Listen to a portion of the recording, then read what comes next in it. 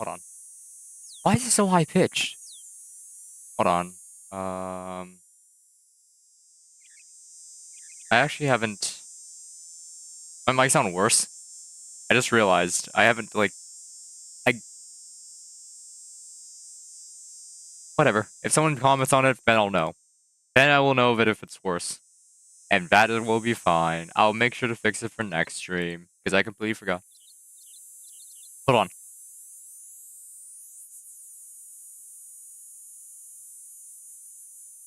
Oh yeah, it sounds worse. Whoops. It sounds worse. Uh oh oh hey, be welcome to the stream. I'm hold on. I'm setting stuff up right now, but God, this game is high pitched. Sorry about that. What if I do I just press space or I need to send it out to I need to send a notification out to the Discord, but oh no. Um if my mic sounds worse, I got a new mic and I haven't really I don't know, I have filters set on OBS and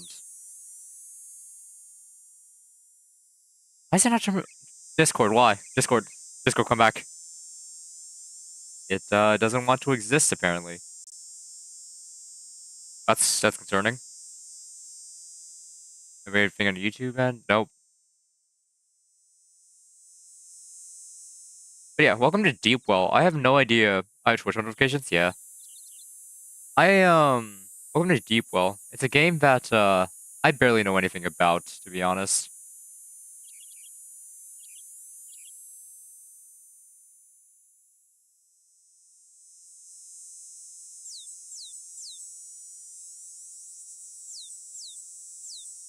This was a suggestion by one of my friends. It's a really short game, and I'm hoping that I don't know. I've heard it's good. It's just where did OBS go? Oh wait, OBS has disappeared on me. The taskbar. Wait, what? Um, it's gone. OBS is just straight up gone. I've never heard of this game. Yeah, it's a really small game. Where did OBS go?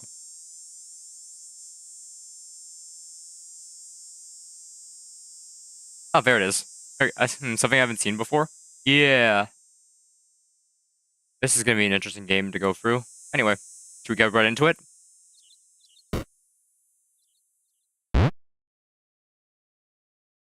I press space.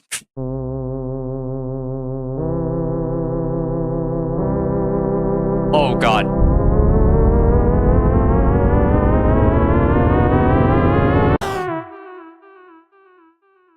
Oh no. I think I'm gonna have to do something interesting real quick. So because you didn't see that, but the window resized itself.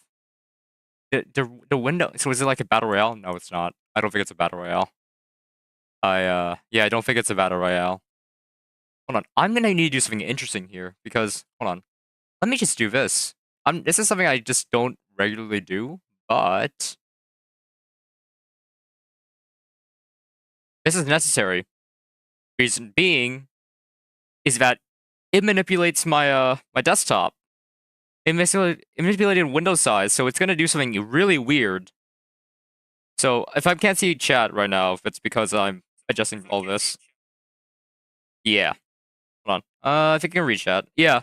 So the window resized itself. So we're gonna need to. I'm gonna do a really scuffed setup where I'm gonna be. I have the YouTube stream pulled up on my phone. So yeah. Let's Oh, I guess Oh, it's one of those games. Apparently. Welcome to Deepwell. It's actually really loud. I might need to turn that down a little bit. Wait a minute. I need to turn that down. Oh, that's all right. Hold on. Let me just. Nope. Yeah, hold on. I need to turn that down. Oh my god, that is loud.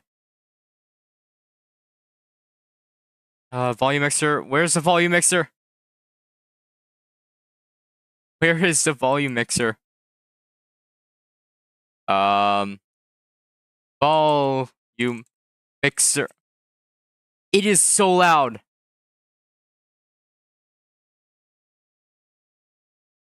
Kind of gives me Undertale vibes. I don't doubt that. Alright, let's switch this back, see if this is any better. That's my settings. Let's see if that's any better. Let's check. Are we good? Welcome to hello and welcome to oh, you don't have mod on YouTube, I forgot about that. Yeah. A lovely handcrafted sign depicting a stick figure hurling themselves into a giant mystery hole.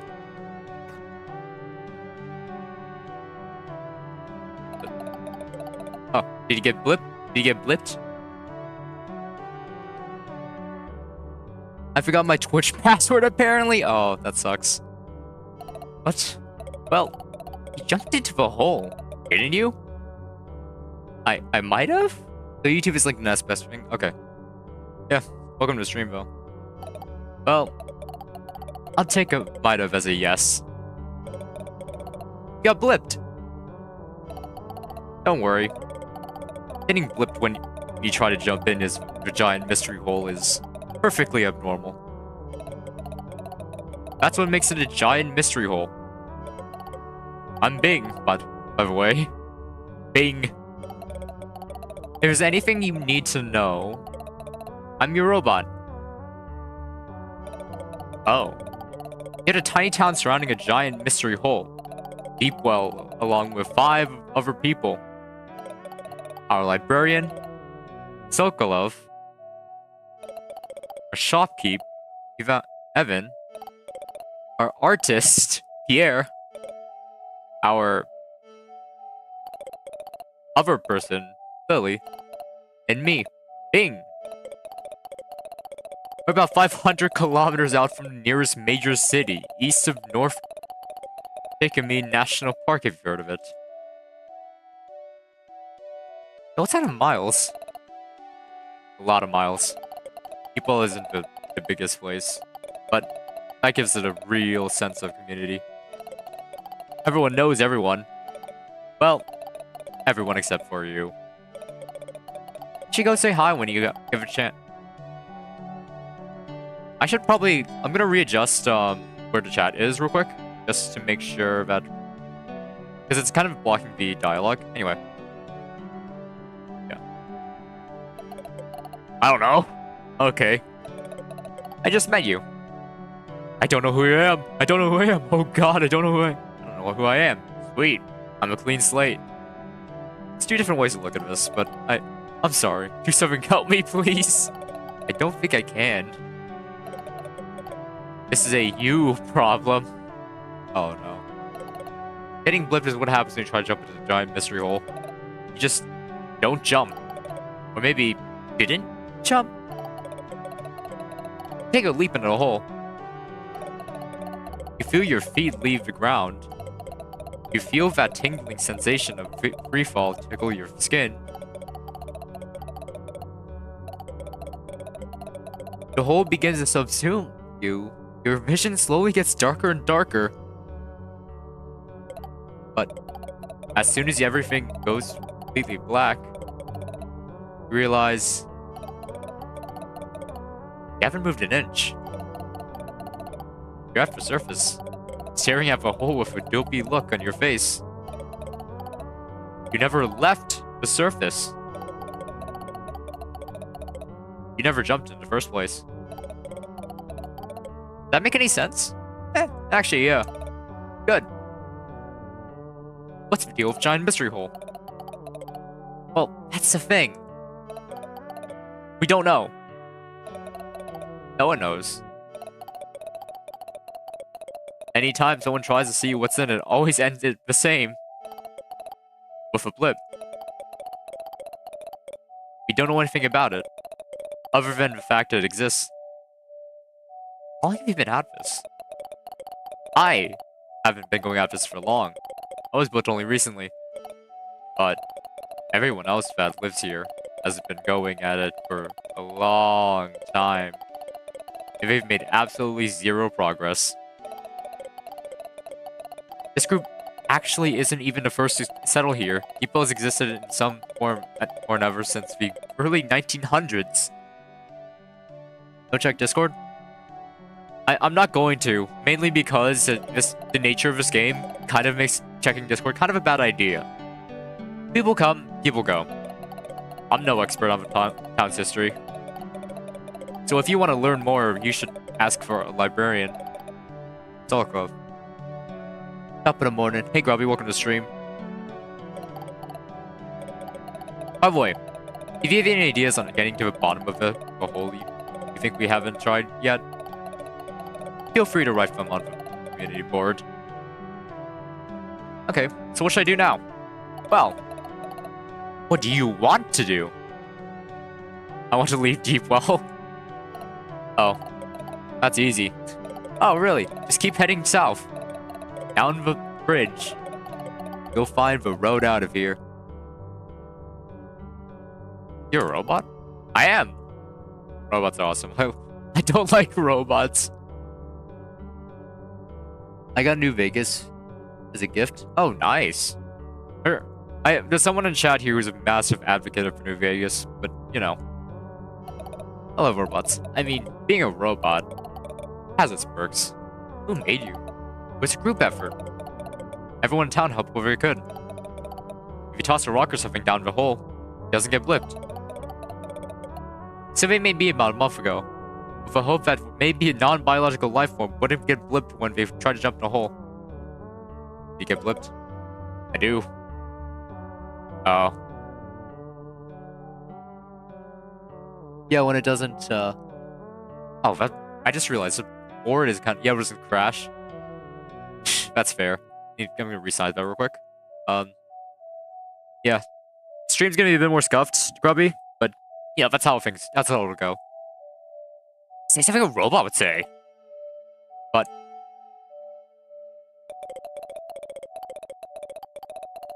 I've been saying things a robot would say. I'll be back. I'll be back. Also, reminder that flashing lights warning might be a good idea somewhere. Should I put up flashing lights warning? Probably, actually. Huh. You have a good point. Some bits can be a bit disorienting. I keep forgetting. I'll leave it off. I'm gonna hope. I don't know. Maybe I'm just gonna cross my fingers. No one has epilepsy in this stream, right? We'll be fine.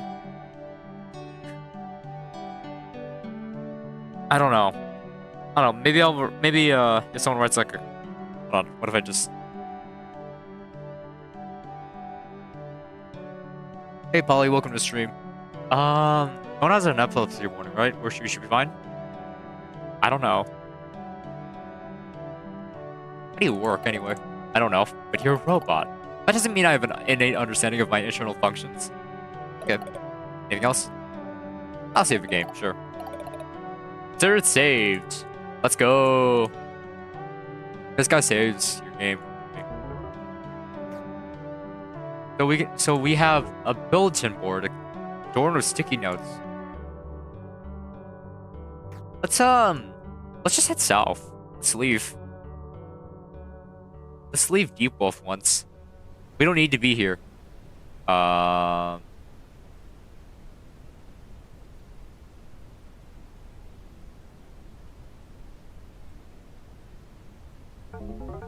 Road. Sure. Yeah, I'll leave you. Well, really positive? Yeah. Maybe you don't want to save first?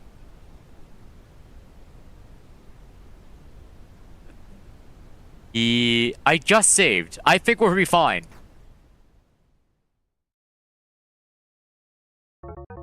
You are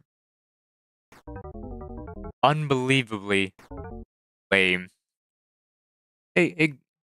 Hello, Grubby again. Oh.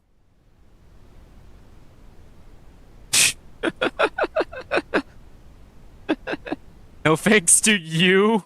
And the game's gone. The game is gone. All right, let's boot it back up again.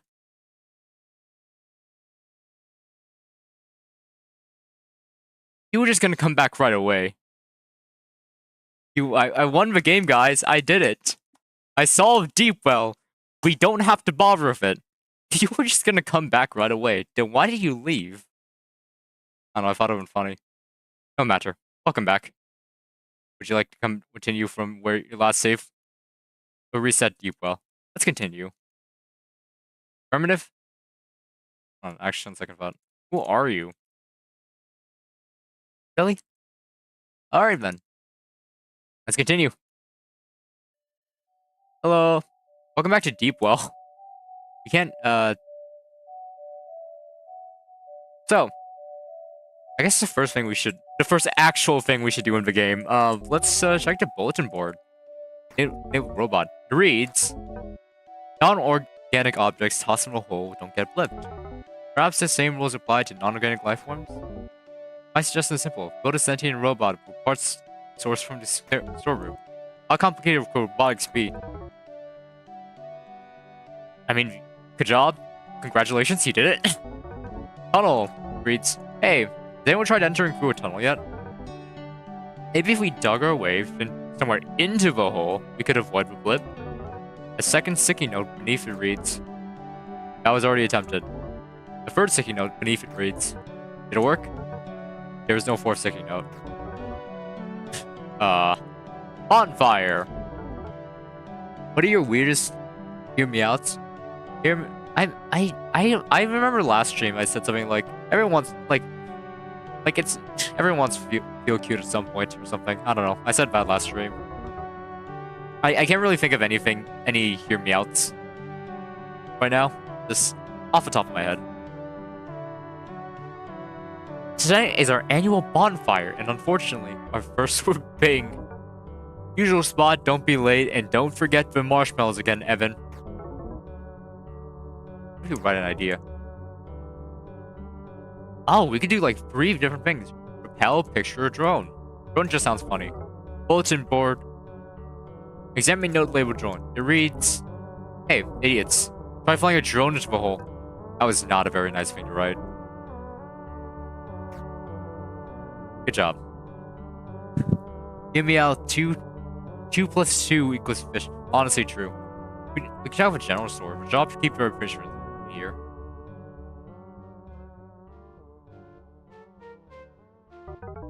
Homemade display shelf. Nestle stuff with various packaged canned goods. It's so hard to read with this font. There's abnormally a high quantity of pasta and tomato sauce related products. I see no price tags attached to anything. It's free, everyone take everything. A moderately sized fridge that's not plugged in anything. Let's read the note first. Wait, you're literally everyone in Deepwell. I am at my limit. I swear to God, don't even think about it. You all know exactly what I'm talking about. The vanilla flavored iced tea is mine. Every time I find one in the storeroom, I leave it in the fridge, mark my name on it, and find it gone by the end of the day. Don't goon. Invert the first one? Very sincerely, Evan. Let's open the fridge, I guess. Inside is cold. It is filled with a variety of sugary beverages. There's no vanilla flavored iced tea in sight. Oh, that's just sad. Alright. New face? Or new face or new face? You're not from here. I don't know why did people decide to jump in a hole with a bottom you cannot see for no reason? Because I have a feeling it's like a very dark origin story. Like someone tried jumping in there with the intent of, you know, but like they just got blipped and then you're sitting there like, what the heck? And then everyone just came over and be like, okay, so why are people getting blipped? And they could not figure it out. Ever. It's kind of sad, actually. You're not from here. So let me make something perfectly clear. This store is for residents of Deepwell, and residents of Deepwell only. You see that there bottle of juice up on the shelf?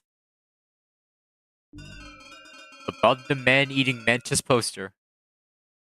Yeah, I do. It's a custom for new faces to drink a class.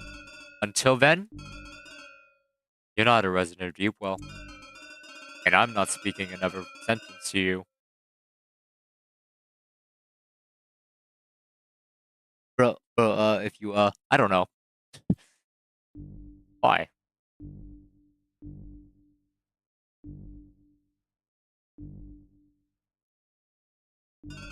Sure, why not? Alright, let me get it down from there. 1 glass of juice coming right up.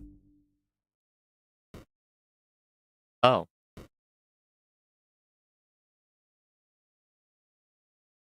Let's just drink it.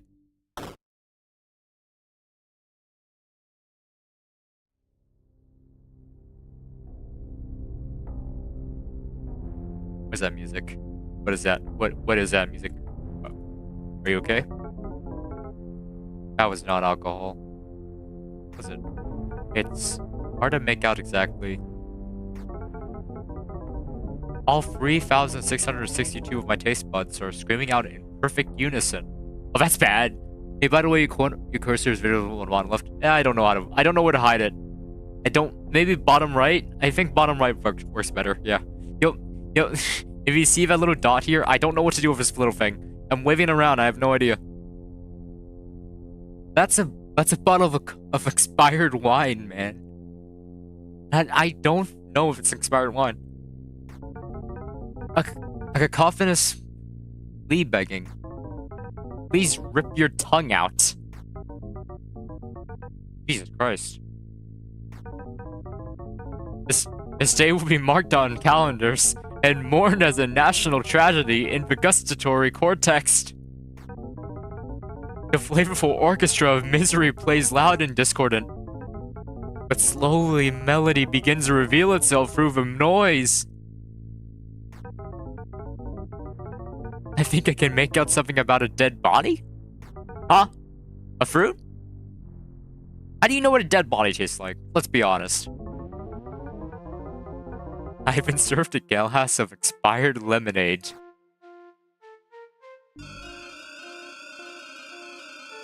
You've got to be kidding me. You've got to be kidding me. You should have seen the look on your face. Dude, you looked like you were sucking on 100 lemons at the exact same time. I was close. Honestly, really close. Oh. You timed out someone out for a week for brain runs and they want freedom?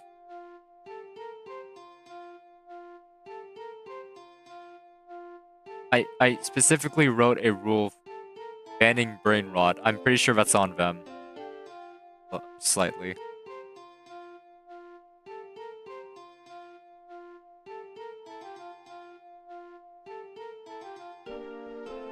Anyway.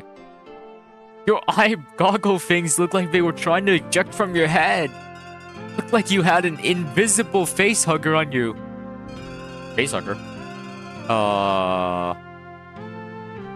Wait, how old was it? Around a decade or two, I think.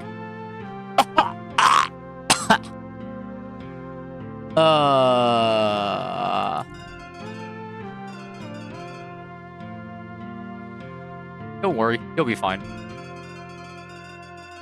I did the same thing when I first got here, and I was fine. You'll be okay. Probably.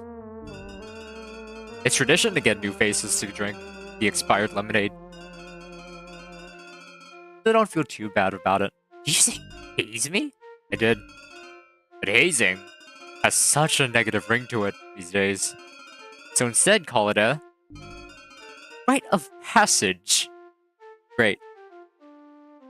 Bro, my face would have shrunk back into an atom if I drank that. Yeah, no, I agree. Oh, God. My mouth is turning dry at the thought of it. Actually, good time to drink some water, actually. Now that you've taken that rite of passage, I can introduce myself. I'm Evan, and I run Deepwell's general store. Anything you want to talk about? I don't know. That was not correct. Why so much pasta and tomato sauce? That's because everyone in Deepwell has unanimously decided pasta is the perfect food. It's really quick to make, struggling, and also cheap. Struggling college students, take notes. I want to chug it up on a limit. You do not want to. Trust me. It's everything you could ever want containing on a plate, but seriously. Do you see how vivid the description was? Oh, it was terrifying.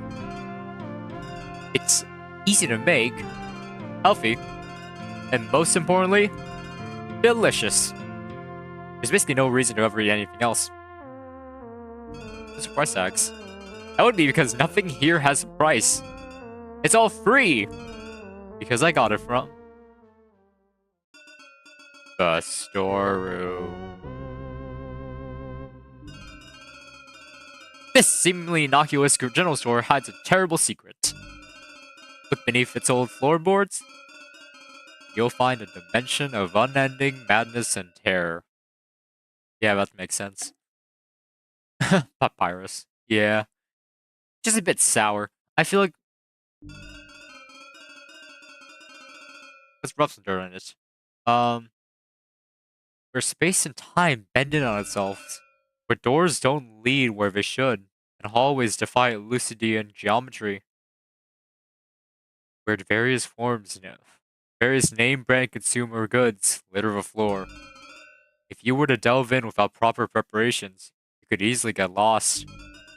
Forever. Thankfully for you, I'm here. I delve down there, get things people need, and come back up safe and sound to stock them under these shelves. Oh, can I see it? No can do. Wouldn't want to risk you getting lost down there. Any other questions? Is the storeroom scary? Hold on. Oh my goodness, there's a lot of... This is communism? That's my first question. I don't know. It does seem like communism, though. Everything is free. It is a large, ludicrous labyrinth laden with consumer goods, so... You would be pretty scary. Not that scary to me, though. Just let me see the storeroom. I can't! Without proper training, you could very easily get lost there. Maybe putting you at risk. I know you're not lying. How else would you know? How else everything in here be free? That's fair. That's fair. You can make a fortune selling stuff you get from the storeroom. I'll give it away for free. It's not about money, it's about Deepwell. I want to see what's at the bottom of the giant mystery hole. Money is cool though, I like having money. Don't you think maybe if you actually funded an investigation or even got word out about this hole to the out world, you'd have a much higher chance of seeing what's at the bottom? Yeah. We won't though. Why? Because we won't. End of story. Let's see. Because you just wanted to dispose of evidence quickly? Oh no.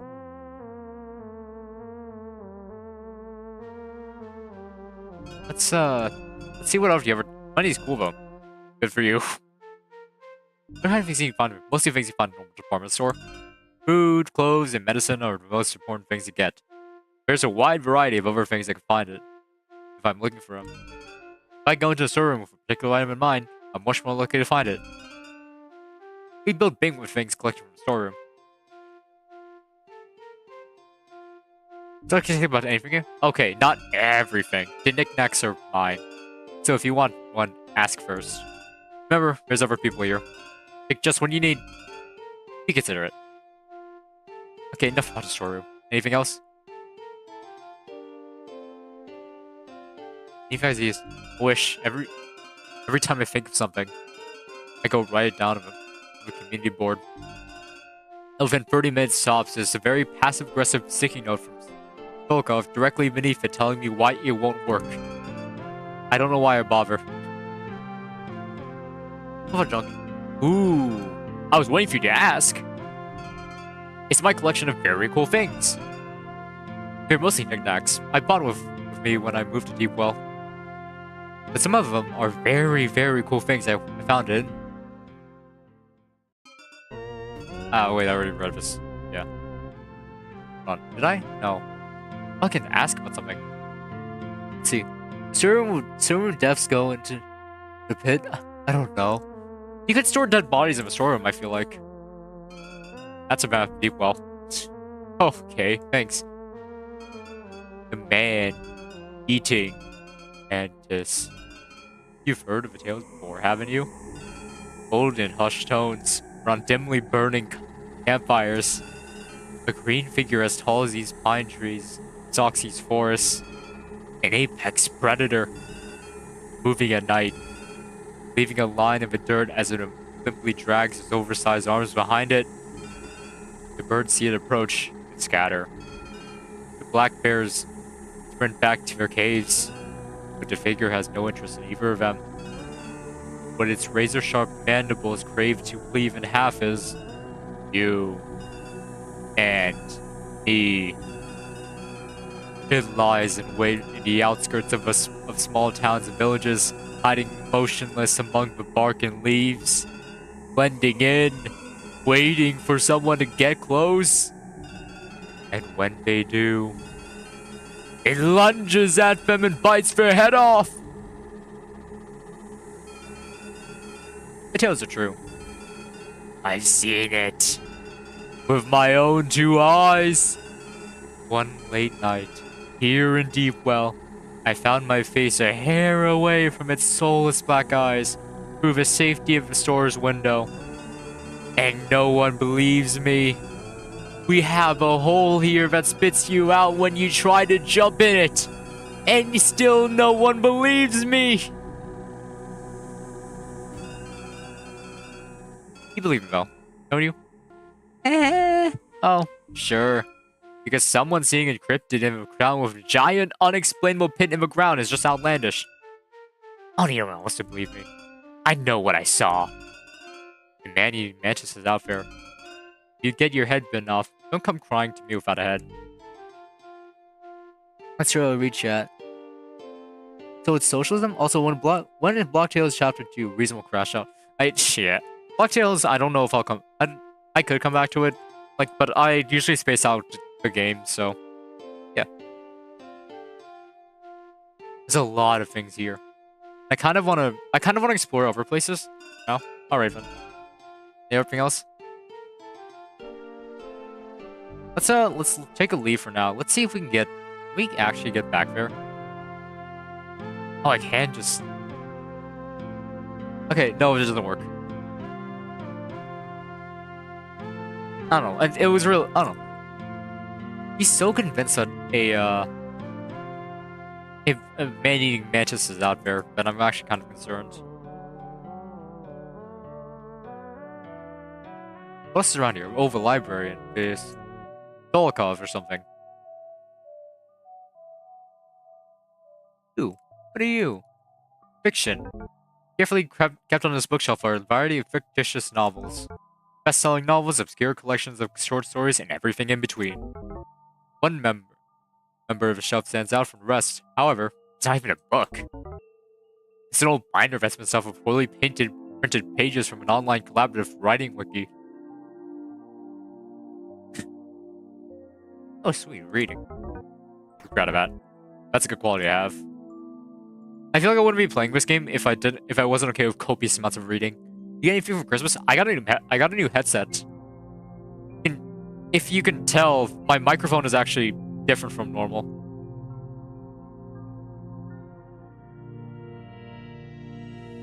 Anyway, this bookshelf holds non-fiction books, and not the interesting kind. Compared to the fiction bookshelf, books here are twice as thick. The colors pointing to their covers are thrice as drab. Couldn't tell. Oh, okay. Okay, I mean, I've done a little bit of testing with the new mic. It does actually cancel noise a lot better. So you'll hear me complain about ceramic on glass a lot less. I know this is a really bad example. You can still hear it. I have a bowl with a spoon right next to me, so that's what you can hear. But you shouldn't be able to. But if I'm right, you shouldn't be able to hear stuff from all the way from the kitchen anymore, which is a major plus. I have a medical. Oh, that's dang impressive. Let's see. Well, do you even get any games with that? Just looking at their sleeves make my eyes glaze over. Only someone with a will of titanium could actually read anything there. Please, have a seat. Oh, we're meant to... Okay. But, yeah, we'll sit. This chair is... unimaginably comfortable. First things first. My name is Sokolov.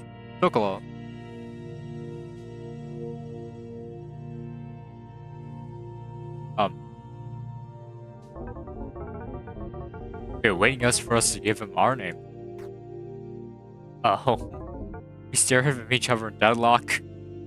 Stare at each other in deadlock. 30 seconds have passed. Catching complete silence.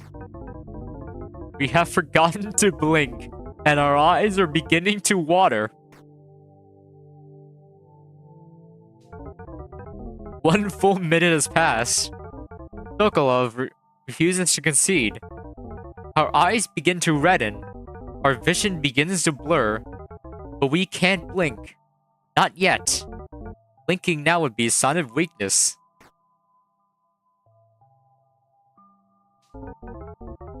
You begin to lose track of time. Sokolov remains unmoving in their seat. I'm sorry. It's happening. Our eyelids are starting to close on their own. I can't hold them up much longer. You got us? Yeah. This is... An inordinate amount of time has passed. Sokolov stands unfazed. The blink has happened. The battle has been lost. And the end is near. Don't ask me for info. Any other game from Roblox? Or maybe relevant games. Yeah, It's more fun to go for this type of game blind. The comfortable ambience of the library begins to take hold. A warm sensation creeps up to our body. We are losing consciousness. It is over. Everything goes black.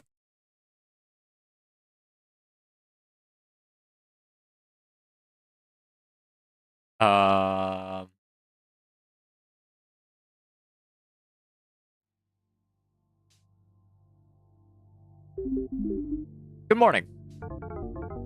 We have been bested. I am a cartographer. You are weird. And not just an ordinary weird. A special kind of weird. A weird kind of weird. Weirdness that attracts more and more weirdness before eventually collapsing into itself and becoming a weird singularity. Singularity? Okay. No normal person dresses like how you dress. No normal person calls himself a cartographer.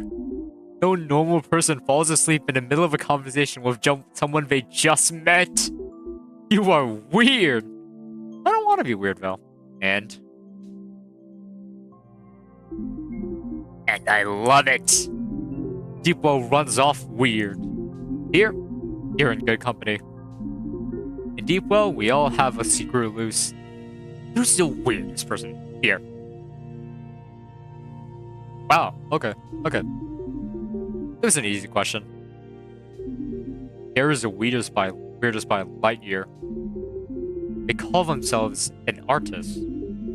So of course they are. Ask the others. I'm 100% certain. They'll agree. What are you reading? Worst book in the library. Record of attempts at reaching the bottom of the giant mystery hole. What was the most interesting attempt, actually? Went shopping a new book? Oh, nice. A few decades after Deepwell was founded. Most of the initial settlers have given up hope that this mystery could be solved and left.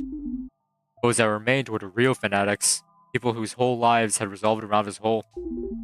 People who were enthusiastic to solve the mystery.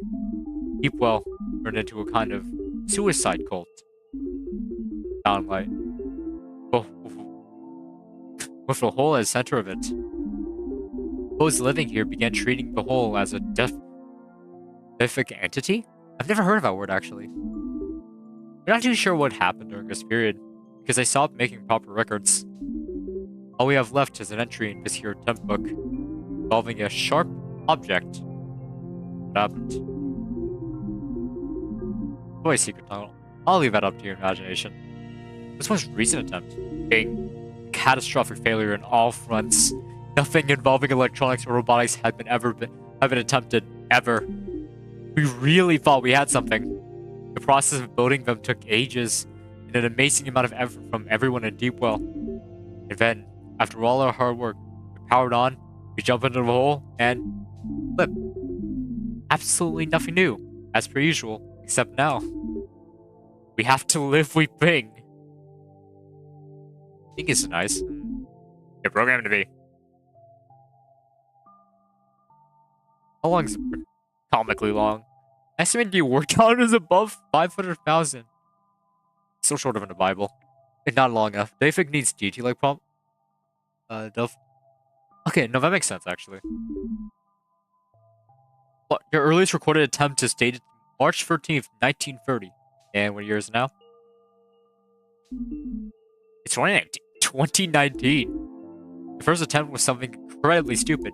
They just tried circumnavigating the hole and jumping in through the north side instead of the south side. Idiots. Yeah, makes sense. Any ideas? If I had any new ideas, I would have tried them already.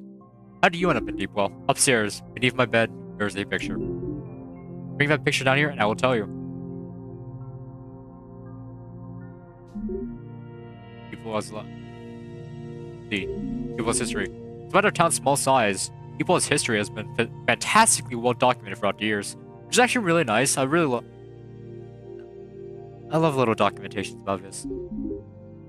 Our tale starts in 1929 with two siblings who were born to deeply unloving parents because their parents named them Deepwell.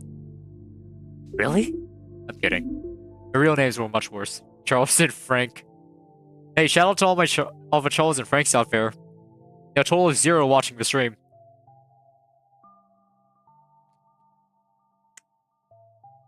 Anyway. Their adventures.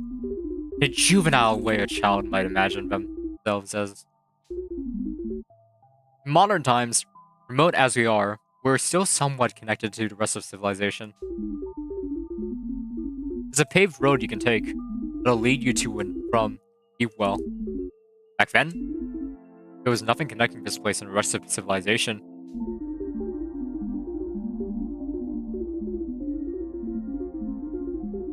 "500 kilometers of pure, unadulterated, deadly wilderness between here and the nearest city.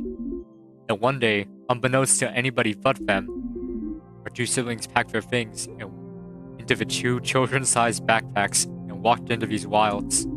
No goal, or destination in mind. Adventure! It was borderline suicide. Their survival was a miracle. The journal they kept is filled with cartoonishly dangerous escapades from their journey. Playing with bear cubs and run away from their mother. Getting trapped underneath an avalanche while attempting to a mountain summit. Adventure. But after months and months of nearly getting themselves killed, an eternity away from the rest of civilization, they found something that biblically eclipsed the rest of their journey. A giant mystery hole. An unnatural phenomenon, even without the blip. Eager to investigate, the siblings set down a makeshift climbing anchor and it began a slow rappelling down into the hole's maw. Their vision gets darker and darker when, suddenly, crack. Rope snaps. They plunged headfirst into the abyss below.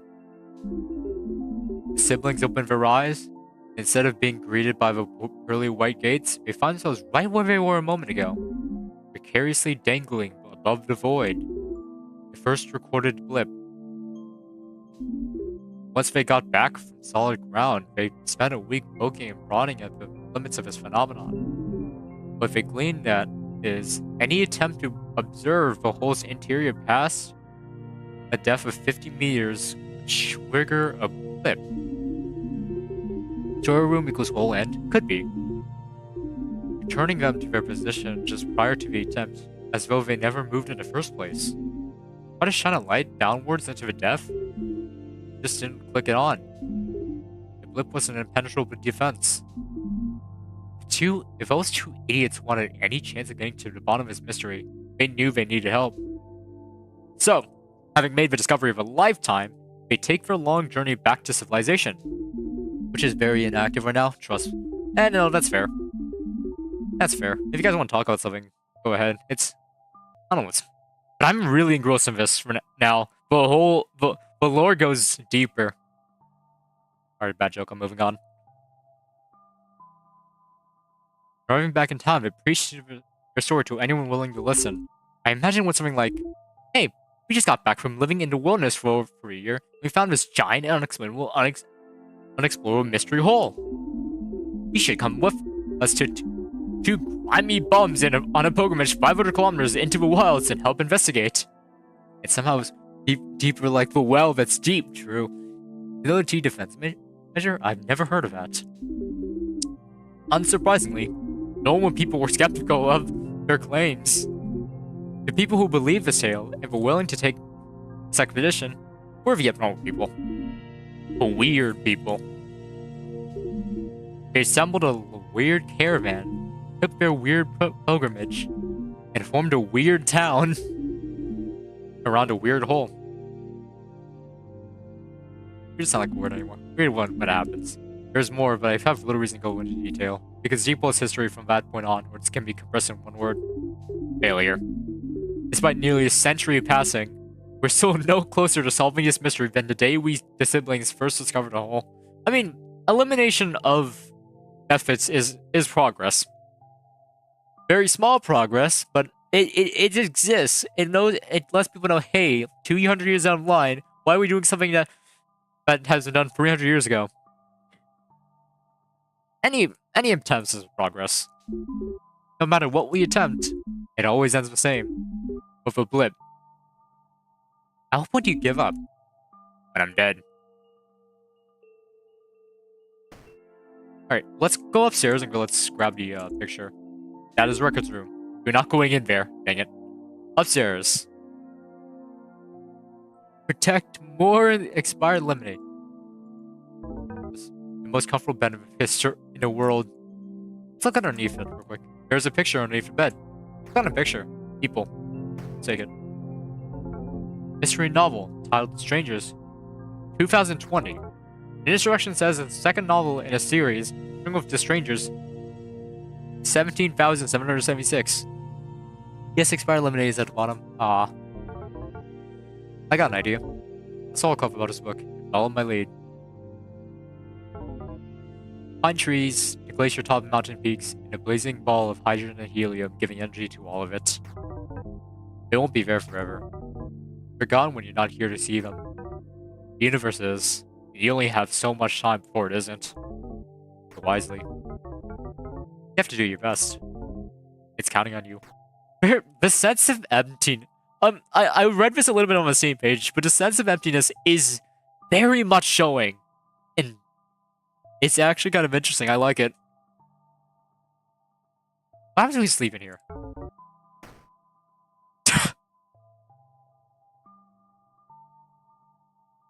Alright, yeah. Okay, I guess we can just... Okay. Let's get back out.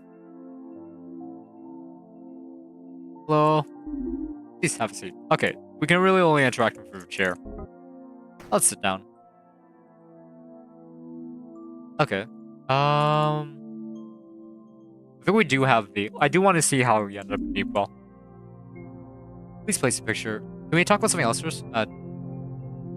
Yeah, no, I'm gonna ask again. Let's place a picture. Oh, there's people here. This is a picture of me and my parents at the beach, taken from when I was a small child. Guys, I'm gonna go by. Alright, see you, Grubby. Thanks for stopping by. The storeroom and the hole lead to the same place, but the storeroom doesn't get you blipped. Could be an interesting thing. Well, that implies the storeroom existed back then. How did it connect? That's interesting. It was fun, but I can't remember much in specific about the day. The entirety of my childhood blends together like a foggy, dreamlike sludge. When school was finished, I would frantically rush home to hug my parents and see what they had planned for that day. Some days I would be taken to the pool, other days to the park, and other days to read books at the library. None of them stood out from each other, because they were all spent in the same tranquil bliss. I was lucky. Never had a care in the world as a kid. My days were spent with the people I loved, and the people who loved me. My family, my friends. I hardly ever cried. Even when I did, I knew I was surrounded by people who would wipe the tears from my eyes. People I could trust. That was then. This is now. Evidently, the people I loved aren't with me anymore. They vanished into behavior. Mom, dad, friends, and family want to be as far away from me as possible. Might as well be on another planet. I discuss them. They haven't spoken a word to me in eternity. I've been excommunicated from their lives, disfellowshipped. I was born as a Jehovah's Witness. It's a modern day religious organization. You might know them as those people who repeatedly come to your house and attempt to proselytize you. Proselytize. I don't know, man. Their beliefs include extreme homophobia, sexism, and an Armageddon that's going to kill everyone that the organization deems evil, but also disfellowshipping. People who are disfellowshipped are deemed bad association and are dogmatically shunned by everyone in the organization. Yeah, I have no idea what that word means. Disfellowshipped? No, that makes sense. No, it makes sense. It actually does make sense. If you don't adhere to their religious teachings, you will be disfellowshipped. If you speak negatively of the organization, you will be disfellowshipped. If you maintain contact with someone who is disfellowshipped, you will be disfellowshipped. If you leave the organization, you will be disfellowshipped. To keep people in their religion, they take hostages. If you decide you no longer want to be a member of the organization, your family and friends will cast you out from their lives. With a big smile on their face. Everyone in my life has abandoned me because I will refuse to practice the religion I was born into. Don't be. I'm not upset about it anymore. I don't feel as much about anything when I think about it nowadays. No sadness, no anger, no regret. It's just a fact of life for me, like the sun rising or my mortality. They cut me out of their lives with the same enthusiasm as if they were excised a malignant tumor. None of my loved ones ever really loved me, or even each other. The only thing that matters to any of them is their belief in a higher power. Because without it, they'd have nothing to live for. The real fallout from losing my faith wasn't just disfellowshipping, as you might think. No, it was much, much worse. Realization came to me later, as I sat on a recliner in my apartment watching television in a stupor, trying to anesthetize. And it, I know this word is just a hard one to pronounce. Whatever. It's not something I usually did. There's never anything decent on TV. Every channel is just a worthless jumble of colors, noises, and brand logos desperate to keep you watching as long as possible. Not really saying anything, just existing. Hold on, let me reach out real quick. Really, proselytize means attempting to convert someone's face in yours. It's just for church from your times then? Yeah. It's very cult. It's very cult-like. And honestly, it kind of makes sense. And yeah. I just feel sad now. Purposeless. Purposeless. The words stuck to my psyche like glue. Sitting there, staring blankly at my television, I realized, without a higher power in my life, I don't know why I was doing anything. I was purposeless. My life had no meaning. Without some kind of purpose, you're reduced to the same level of existence as a pet goldfish, fulfilling biological needs, and then pointlessly floating around your tank. Letting time pass until you die. I lost my faith. I became nothing. I took on my first existential crisis and lost. Badly. I was alone. My life was meaningless. No one cared about me. I didn't care about myself. I had no reason to get out of bed in the morning, but I didn't. I catonically lay in my bed and waited to turn back into dust.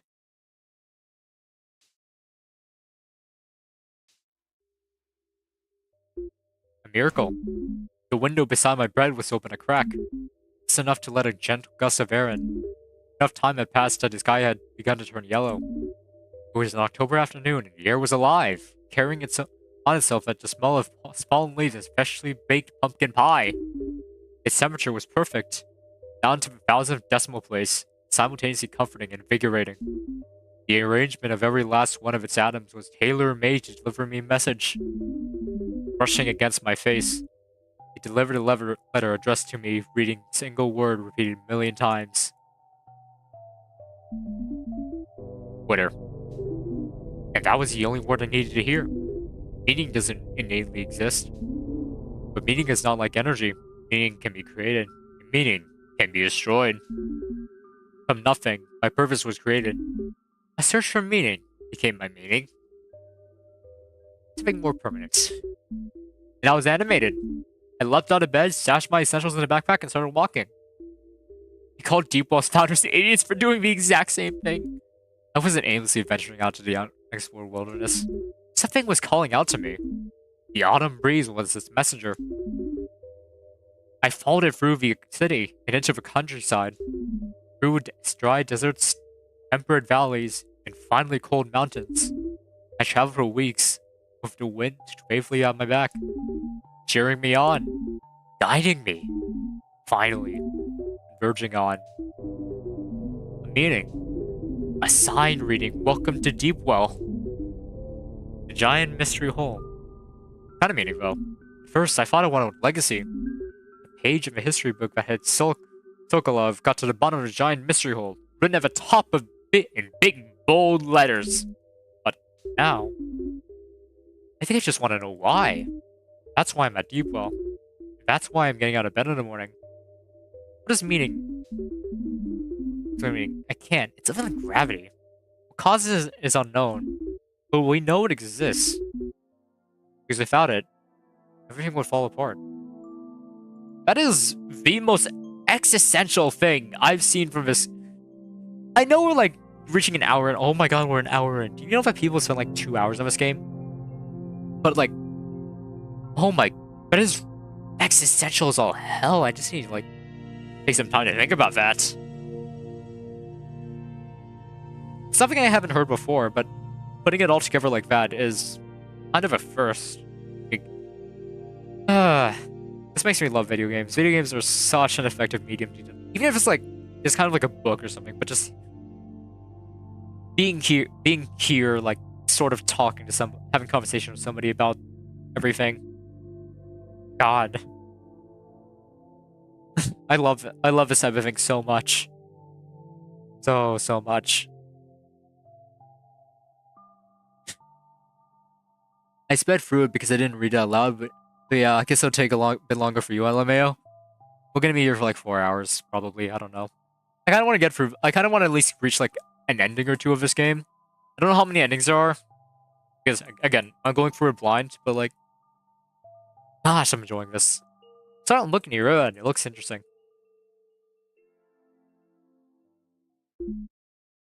I think it was called Strangers 2020 or 220.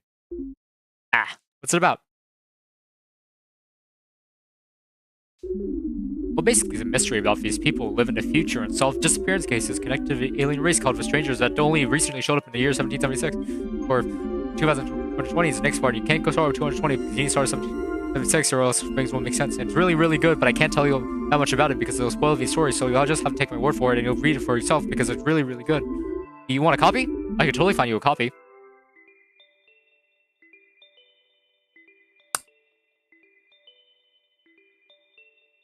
Relatable as hell, honestly. 2 endings? No, I'm just leaving. I mean, we already did that. Yeah, we just kind of dipped. Yawn! Into the abyss. Or, not the abyss, we just kind of left. Yeah, sure. Yeah, sure, I'll get a copy. Awesome! I mean... good.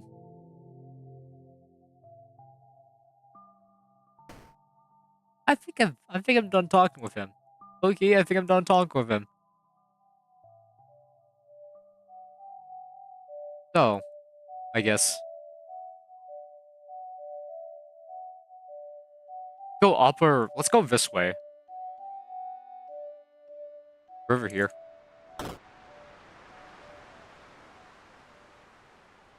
Oh. Okay.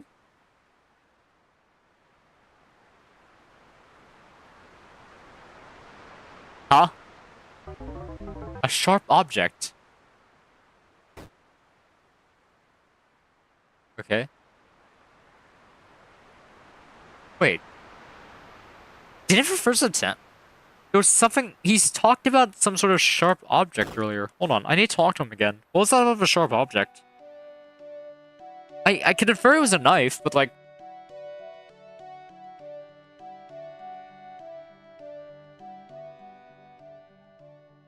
Road genocide route.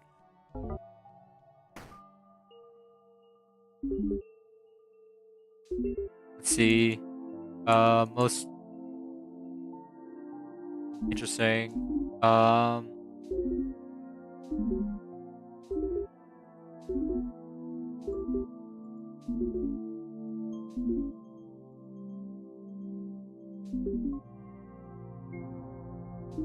Something about a sharp object. Yeah, that's all. What? What?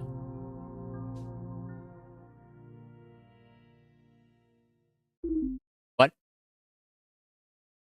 Wait, we can actually do Okay, I'll hold off on that. I think we can actually do a genocide route. Oh no, I'll hold off on that, but... Oh no!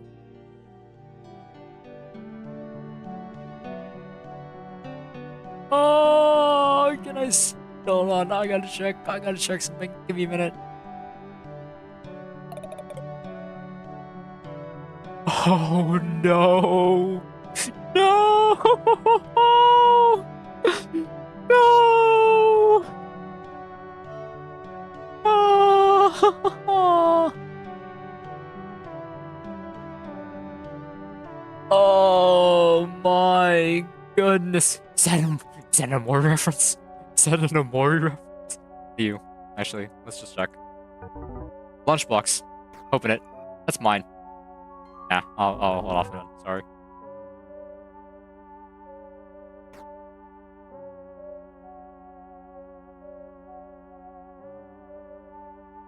This is Lily, right? A bird. Bird? It was a bird.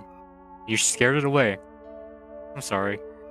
It's okay. I didn't like that bird anyway. Where am I? Deepwell. Who are you? Lily. What's your deal? I live here.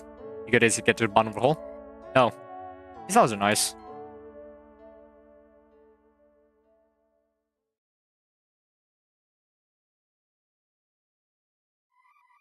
Nice? Nice?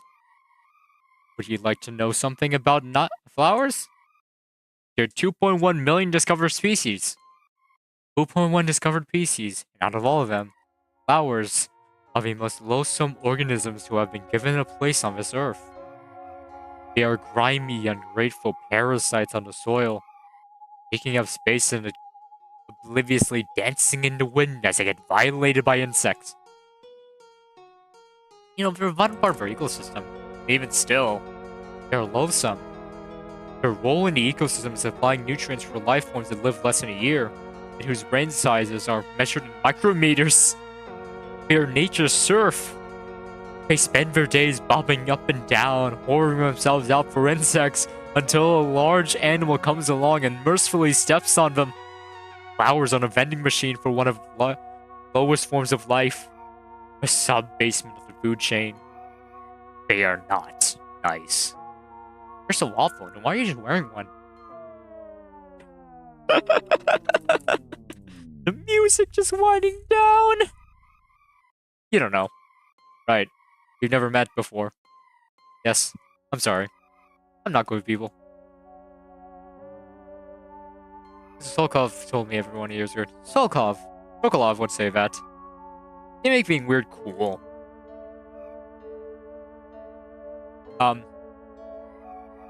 You still want to talk to me? Sure.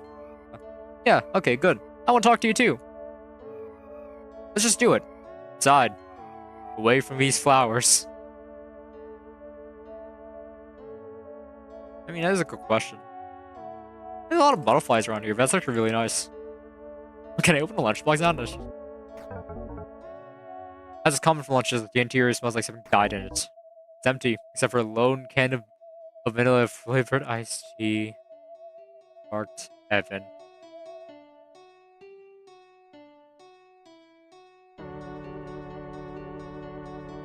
Okay. Now I feel bad. Now I feel bad.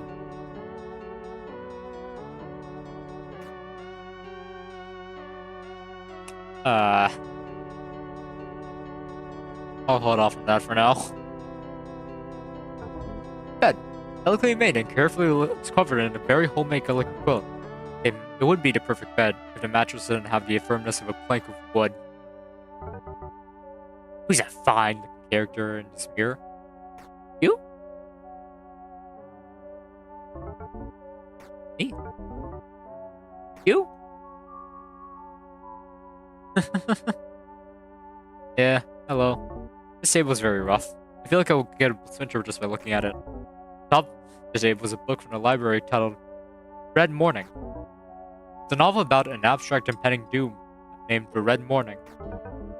The first few sentences read like the author wrote for years.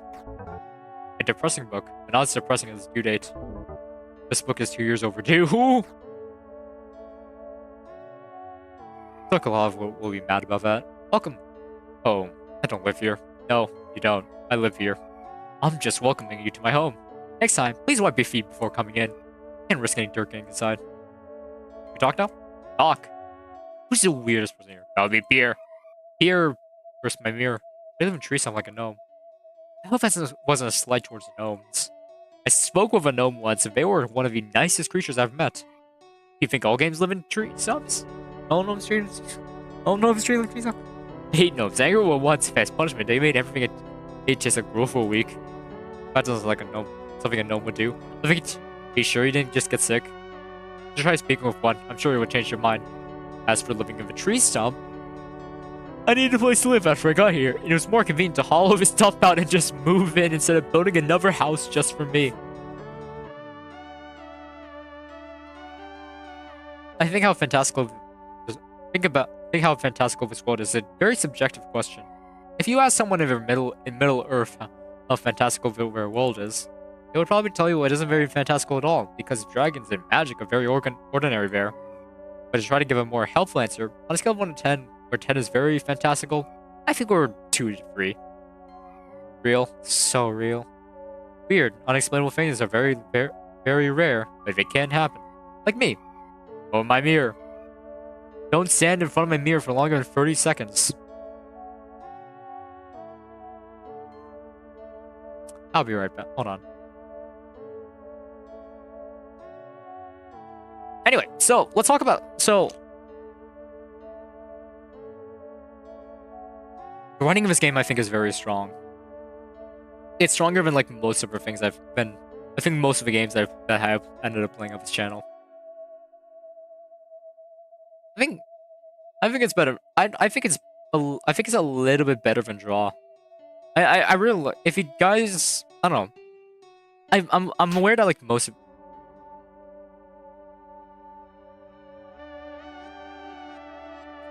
what the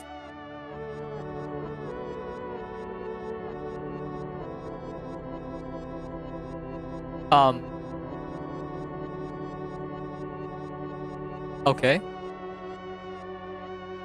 Excuse me, I saw stab as an option. That was...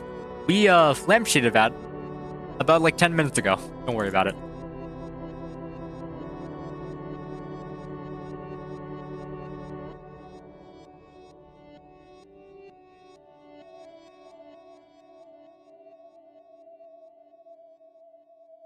What? But...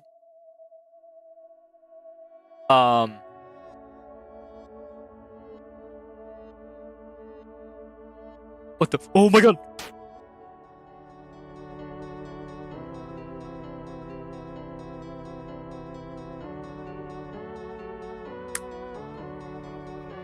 Broke my mirror! That's 7 years of bad luck.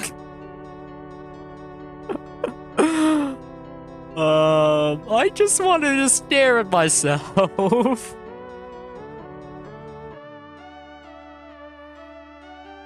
Hello. Let's hit you in flowers. My deal is... I grow flowers. Grow flowers. But you hate flowers. That bit actually got me when I play it. Yes.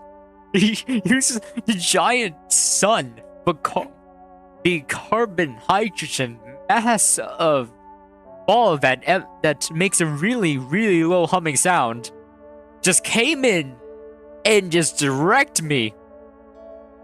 I still don't get it. I phrase it poorly. I grow flowers. Involuntarily. If I'm near anywhere with enough dirt, for longer than a moment, a flower will sprout. Every second of every season, rain, snow, or sunshine.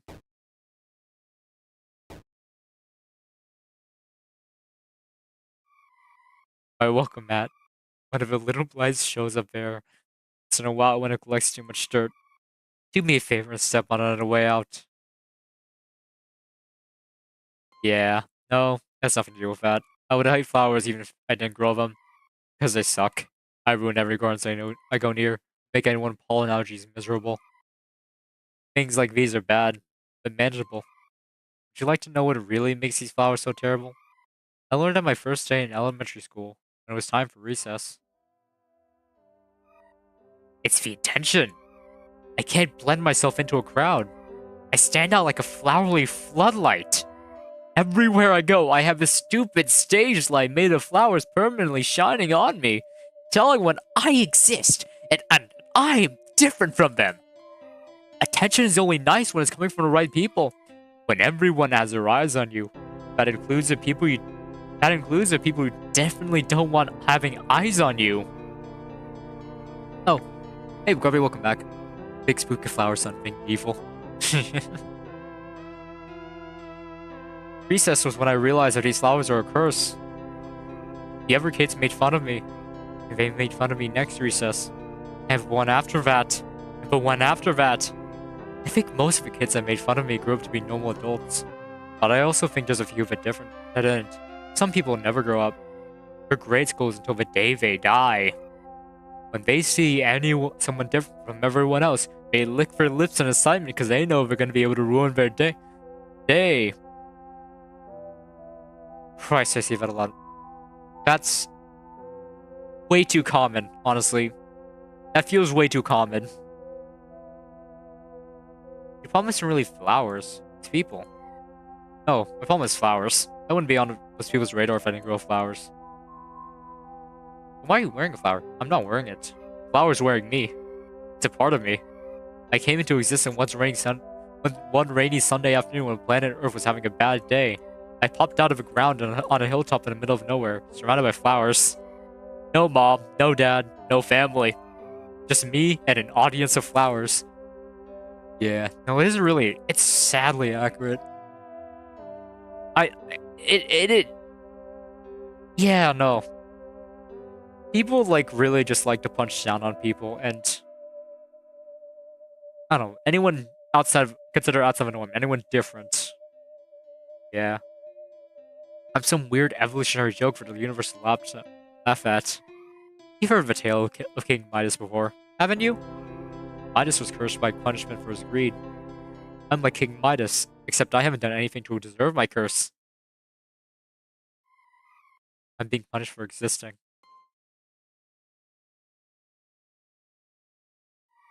Thank you.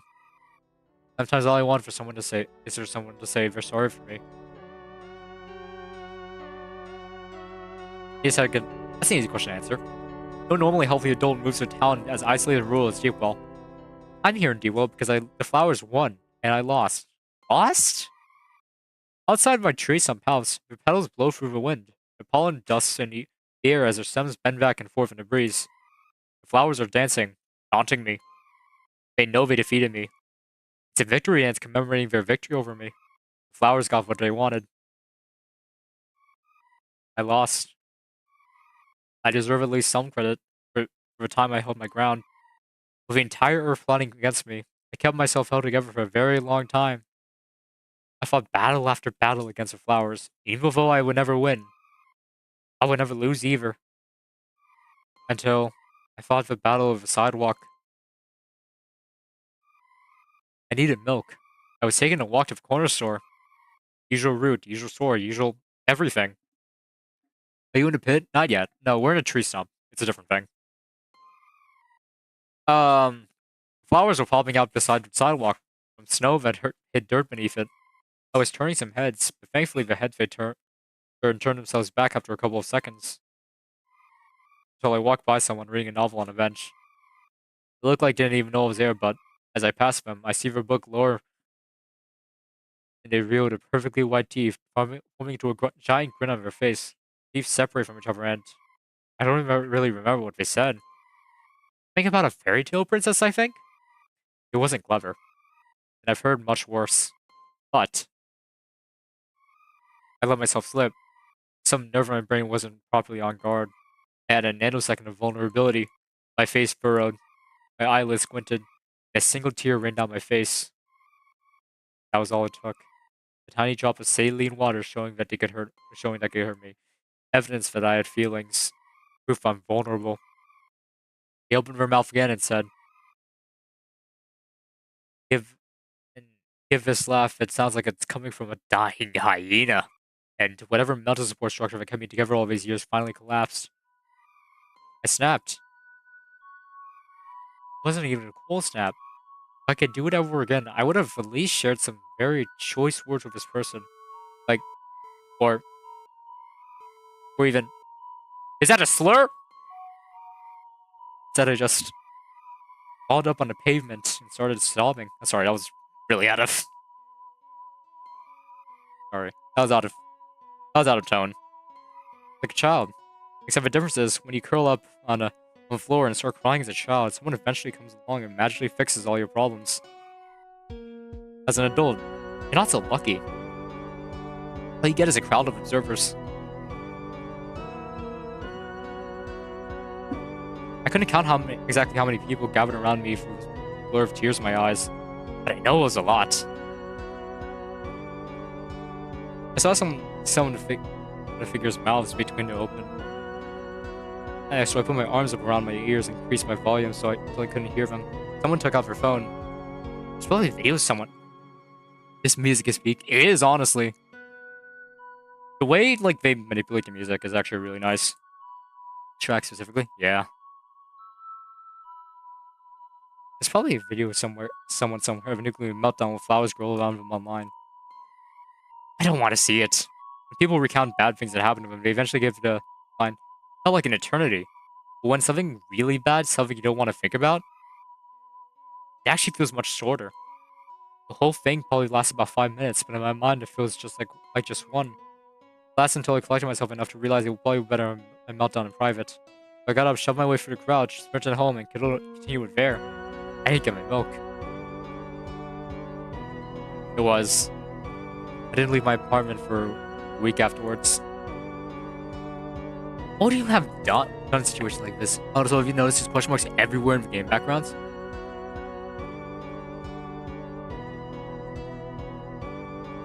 Yeah. Actually, there's a lot of different badges in here. It's like one above for flower and stuff. It's here really well placed. I like it.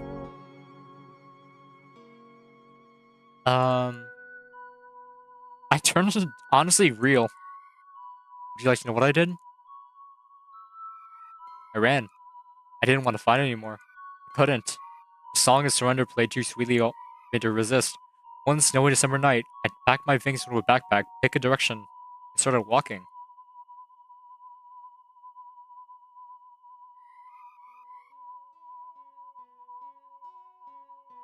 That was the best decision I've made in my life. Snowflakes that fell on my head that were warm. Too warm to still be snowflakes. I think following my defeat, first sent little white pieces of confetti down from the clouds to celebrate. I walked, and I walked, and I walked. And when I couldn't walk anymore, I pulled out my jacket and slept in the window. In the snow. Window? That's weird. Top of a bed of flowers. I never got thirsty, but because of the snow. But I did get hungry. Whenever I ran out of food, I always magically found myself in a small town I could resupply at. But I would never sleep there. Always. Alone in the snow. For 3 weeks. That's awful. If this one eluded me until now, using a flower as punctuation is a cool choice. Yeah. Oh, it was anything but awful. Just a snowfall, of pine trees, of a road. No one around to make fun of me. But once in my life, I wasn't fighting the tide. I knew who I was, and who I always will be. An outcast. It was only after I let the currents subsume me that I found out where it was trying to take me. After 3 weeks alone in the snow, I found Deepwell, shrouded in the dark. Ethereally draped in its layer of snow, and at the center of it, a giant mystery hole. The world was dead silent, save for the rustling of the pine needles and wind. I sat down at its edge and let my feet dangle into it. A comfort that was simultaneously unfamiliar and personal surrounded me. If you've ever had a really vivid and memorable dream, that's what it felt like. I wasn't alone. Someone was behind me, moving towards me, finally sitting beside me. I didn't know who this person was. Never met them before in my life. I knew they loved me. They said their name was Sokolov. Told me how they ended up here. The most intimate and personal parts of her life. Confided in a complete stranger. I was safe with them. I told them about myself. It felt right. It felt good. And it felt like something I needed to do. I needed to be vulnerable. My whole life story up to that point. Flowers, the battle of the sidewalk, and my defeat. They said to me, "You fit right in here." That night, I didn't sleep in the snow. Sokolov let me sleep in the library. A spare bed near the window. There it is. For the first time in my life, I fell asleep in the company of a loved one. That night, I knew I was made to be here. Here. I'm not the odd one out. Our shopkeeper Evan worked at a store named King's Depot for so long. The grin they were forced to wear got stuck on their face. I belong. Everyone in Deepwell is like the giant mystery hole. Unexplainable and fucked up.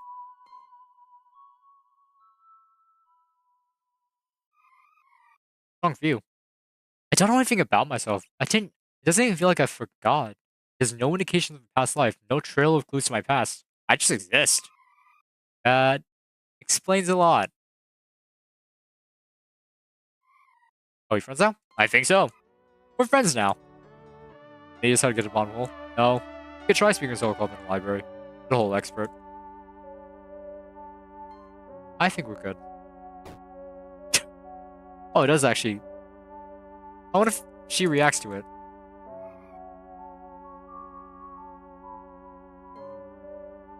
Ah, no, she doesn't react to it. That sucks.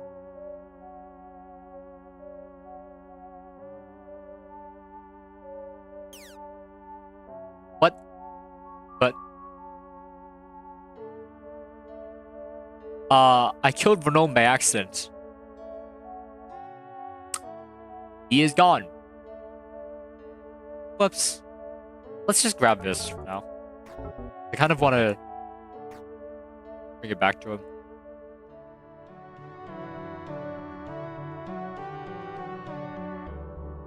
I'm just like checking the backgrounds now just to see what's going on with that. Gnome? I'm sorry. The gnome is gone.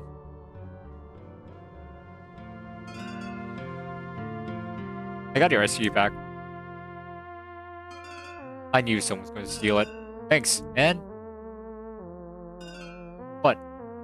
Where's my reward? I'm not giving you anything for returning my IST. But the only reason I got you an IST was because I thought I was going to get a reward. The act of getting you IST wasn't fun. It was a fetch quest. It was a chore. You shouldn't have done it because I'm not giving you anything. I wonder if you put it back in here.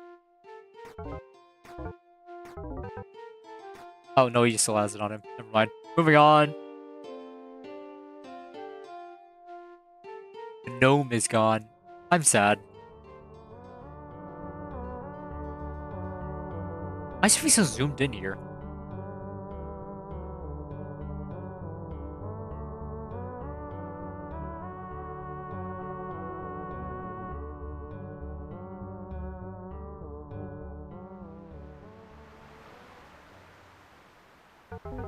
Boat tied down to a pole, serenely floating above precarious waters. Looks and feels very important. If it wasn't tied down, we could use it to drift to the other side of the lake. The rope is too tightly tied to remove. Too strong to break with my bare hands. We could use a sharp object that was found to cut it. Just know, this is a point of no return. Consider saving first. Be warned, I have a hunch of some things we missing from Deepwell. Pretty sure it's still someone, or some ones we haven't spoken to. The shopkeeper is still an enigma. But I think we've heard everything we had to say. Everything Lily has said to us. We've gotten everything we can out of Solkov. If you don't care, though, and we can be done with Deepwell. I'll leave. Okay, so we have an endpoint. That's good to know. We do have an endpoint, which is really nice. Why is there's a campfire over here?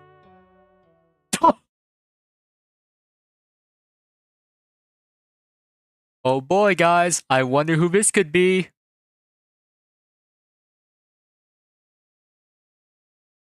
Coming up.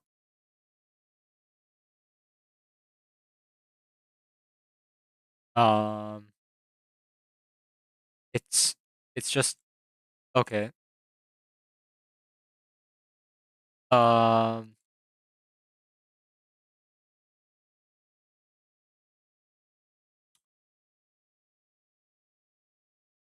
Oh, flashing lights warning. Let's just leave. Why is there a timer? Why is there a timer? There is a... Oh, no. Flashing lights. Okay.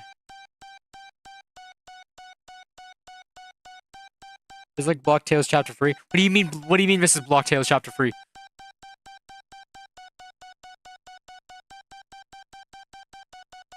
Art. What is this?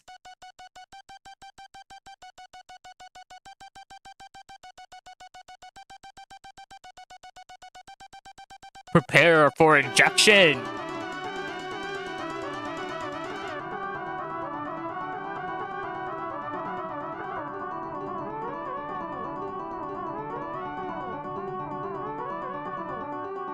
Hold still. Why? What are those eyes, man?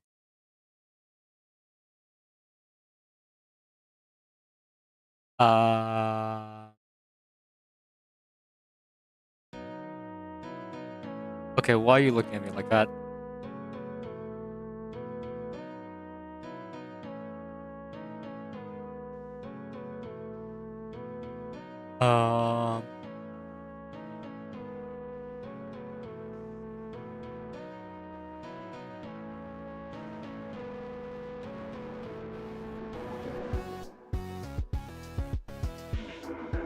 Oh my goodness. The weird person. Oh my gosh. What happened to his eyes? It's like the word issue. It's the word misspelled issue up there. What is... Bonjour. Is this the afterlife? Did I die? Is this what the afterlife looks like? In a way, yes. If you put your hand on your chest, you'll notice that you don't have a pulse. What? Sorry, it was gone. What happened? I see you. I see. Hello. Oh. Hey, FX, welcome back to the stream. What is going on? Oh, you don't have a pulse. That's very comforting. My name is Pierre. This is my art exhibit. While you're in my art exhibit, you're half dead. I'm sorry. Art like this speaks to the humanoid condition. If the humanoid condition, it says... I don't know what noise I made there. Wait, what? I have no idea, man. Anyways, while you're still breathing, check out my current installations. That's not a request, that is a demand. Run your tongue over them, put them in your mouth, chew them up, and digest them. Really allow your gut bacteria to examine their intricacies. And then if they decide they don't like them, throw up! All of my art is edible and laser cack. Or what is that? Because that's how my art is meant to be experienced. You ever... I'm just kidding. Artistic intent means absolutely nothing. Do whatever you want with it. Take small bites. Let them marinate in your saliva for hours before spitting them out. If it was ever an art exhibit that where you basically had to take crack cocaine before entering, this is what I would imagine it would be.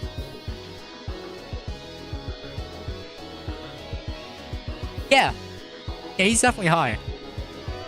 Destroy them, rebuild them, decide you don't like the way they're looking at you, and then destroy it again.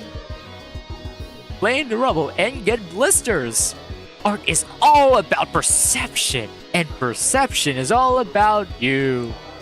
The message I'm trying to get across is, this place is a train, and you're the conductor. I'll be in the passenger car if you need me. Guys, I don't think he's going anywhere. Well, okay, maybe, okay, all the little parts have kind of split off. Anyway, moving on. The doom spiral. He's just sitting there. Hi, welcome. Hi, I'm gonna, maybe I shouldn't go to the area called the doom spiral. Okay, maybe we'll go to the doom spiral. You know what, screw it. Hi there, what's going on? It's the doom spiral. A sobering but thrilling reminder of life's fragility. All it takes is one bad day, a few poor decisions, and everything goes down the drain. Might as well have fun in your whirlpool before you get dragged under.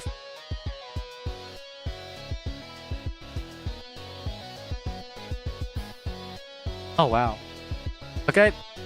Possible epilepsy warning. Everyone, if you have epilepsy, just cover your eyes. Or something, I don't know. Or we're getting flushed down toilets. Hi, guys. Oh my goodness.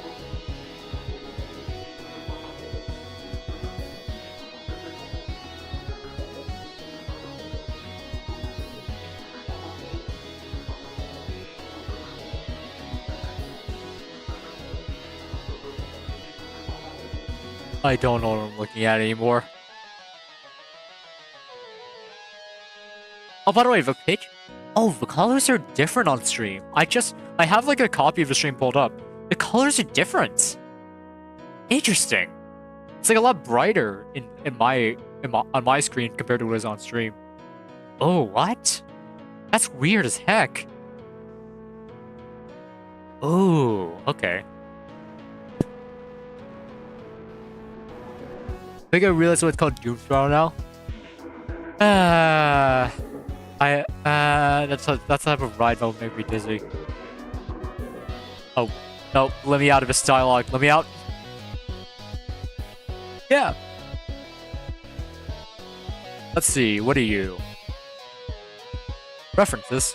If you liked all it takes is one bad day line, you're gonna love this piece. All good art includes references. They're important. They're fair to say. Look at this thing I like. Isn't this thing I like great?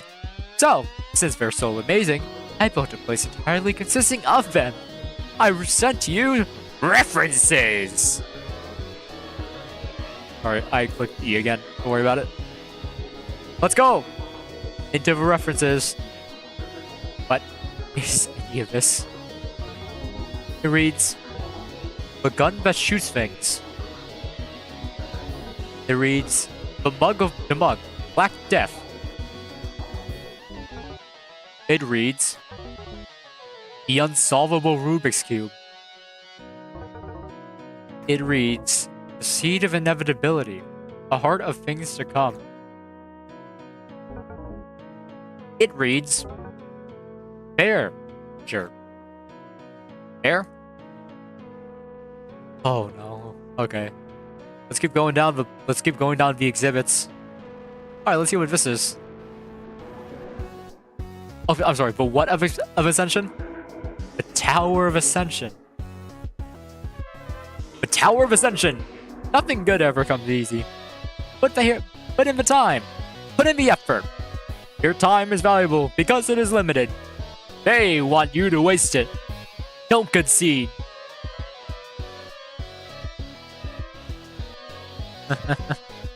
Oh no. Let's see what this is all about. Or what? Oh no. Do we stick around for this?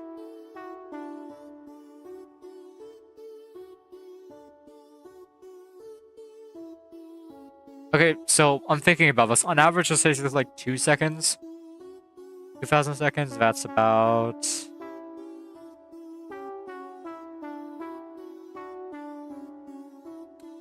I would give about 25 minutes, give or take a few hundred.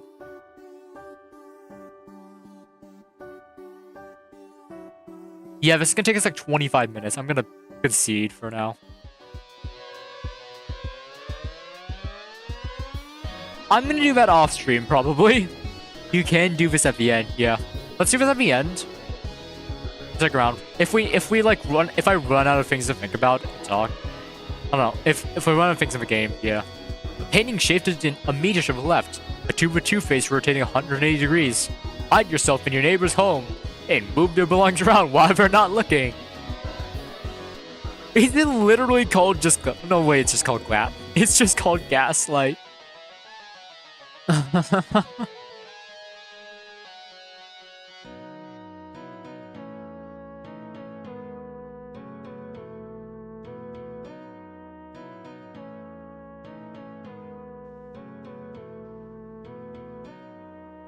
Something there. Wait, no way.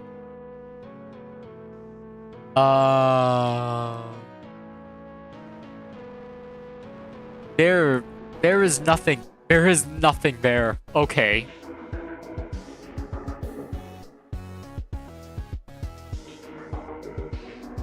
Meta commentary. Wow, meta commentary. It seems like nowadays the fourth wall is just a suggestion.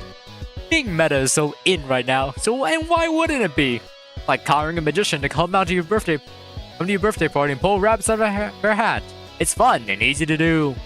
Let's just say girls go to heaven, and why does Pierre even have that? We're talking about this in a space that we're half dead. You are playing a video! Oh my god, I gotta get out of here, guys!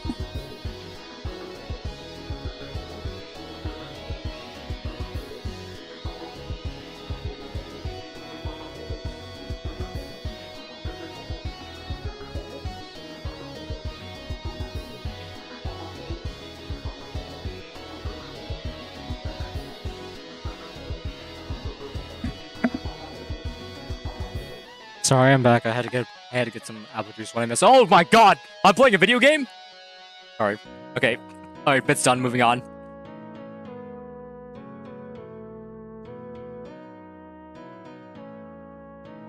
Did that just say crazy?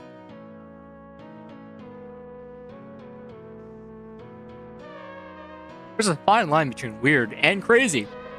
Dance around the edge of it, only to find it's been moved. Who moves the line? All your representatives, they'll know. Surrender that the fourth wall. Reminder that the fourth wall is just a suggestion. What the heck? What am I looking at?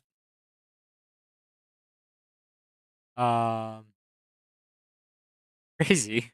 I was crazy once. Well, wow, chat does not show up well if you're here. Oh my goodness, you cannot see chat properly. I mean, you can barely read it. It's just, oh no, it's a room, a rubber room. Where are the rats? Where are the rats, man? Don't tell me they're all in my head. It's locked. Hello? Hey, I'm in here.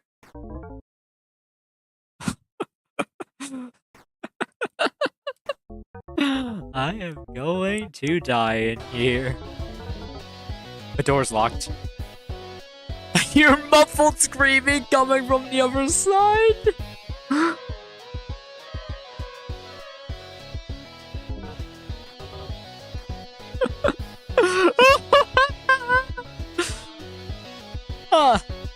I wonder what happened. A distinct lack of rats. Where are the rats, bro? I think, okay, guys, I think I figured out what the rat is. You're kind of loud. They're like the loudest rats I've ever heard. Excuse me, what? Yeah, I don't know, man.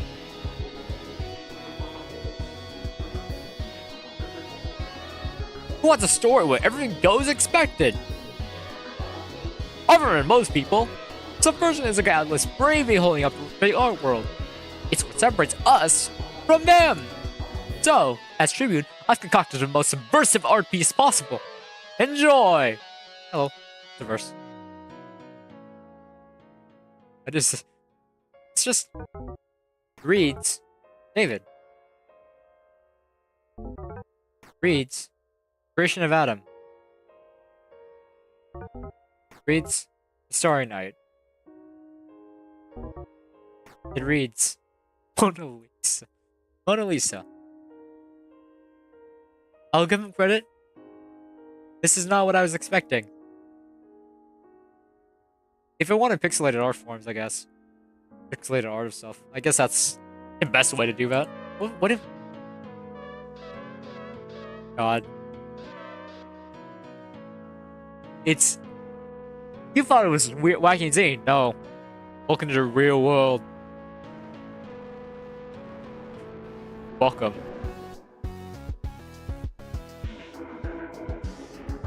Alternate reality game. Alright. Alternate reality games. What are they? How do you make one? I'll tell you how.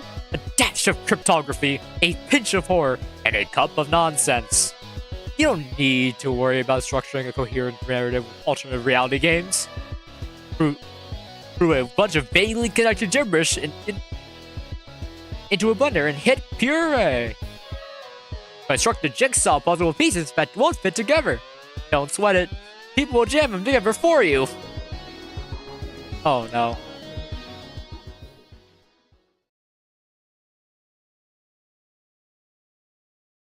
It looks like a little face. It looks like a little face. A cat face. I feel like I might torture you with Blacktail Chapter 3 references without you even knowing what I'm talking about. Now it makes me concerned for when I actually play Blacktail. How do I get out of here? It reads.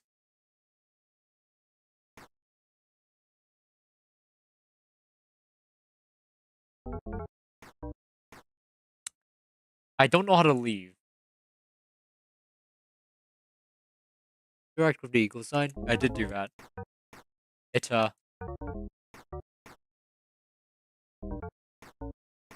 I can't leave. Here we go. Guys,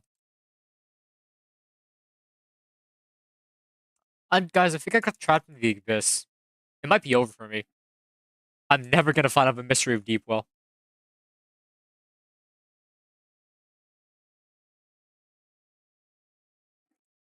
Let's walk down to the bottom and press space. Really? That's all I need to do? I was disappointing. My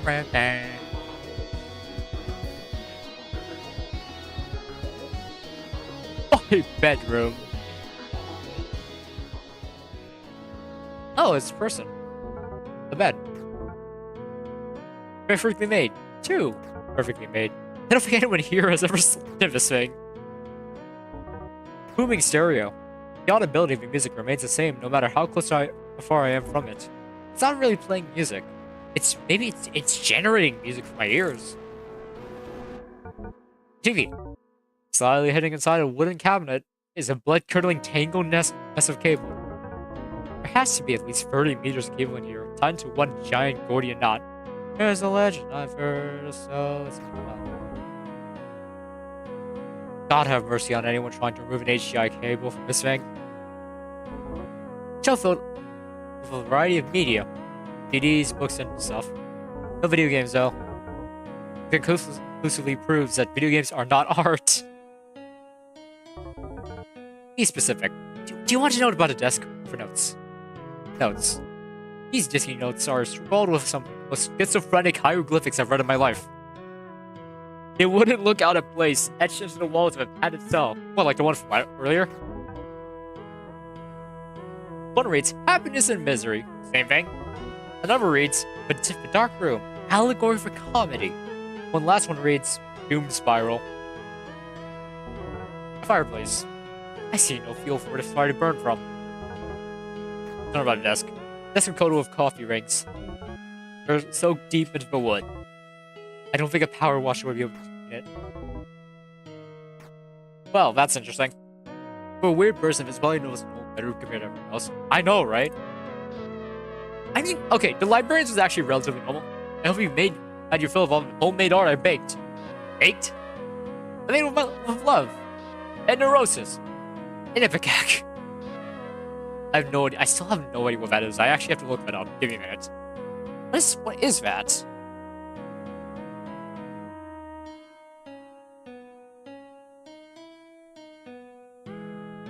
What is that?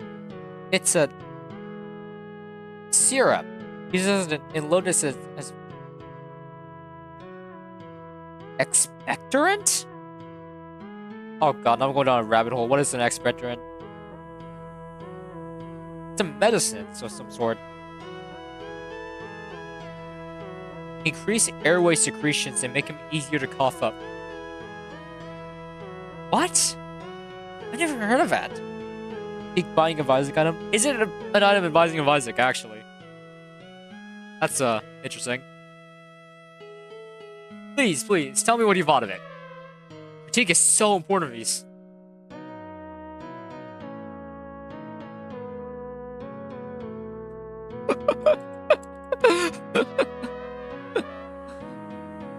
Medicine equals drug. Just to remind people. Yeah. You really mean that? What an honor. If you like the main course, you're gonna love what we're having for dessert. Intellectual discourse. Ask away. Oh god. He's the weirdest person here. Me! That's quick. Talk about art. What's wrong with you? What? I don't know. Be specific. What do you think is wrong with me? The sky is red. The end times are upon us. I'm sorry. It turns out your town is the first place for sacrifice. Crazy. You're still not being specific. What's wrong with being crazy? It's dangerous. You're right about that, conductor. I represent a mortal threat to the status quo. I'm just kidding. Anti-establishment is the new establishment. Modern-day culture is just an Ouroboros gagging on its tail. The real artists have recognized this, and all call themselves postmodernists. The sky is red. It's not okay. That's one of the better ones if you don't blow yourself up. If you don't end up blowing yourself up with this. Okay, so like a rocket launcher or something. We can talk about art. Can we? We can. What is art?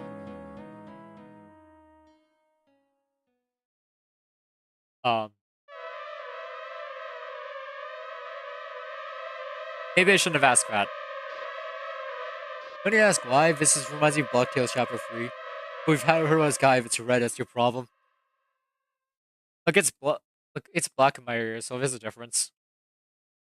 You are alive. Don't have eyes to see with. You don't have ears to hear with. You don't have a mind to think with. But you are alive. That is actually, like, scary. Time passed. An eternity. Or a picosecond? Can't tell it for difference.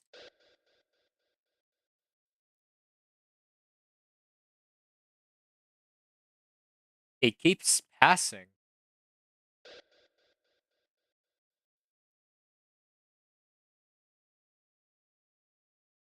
And passing.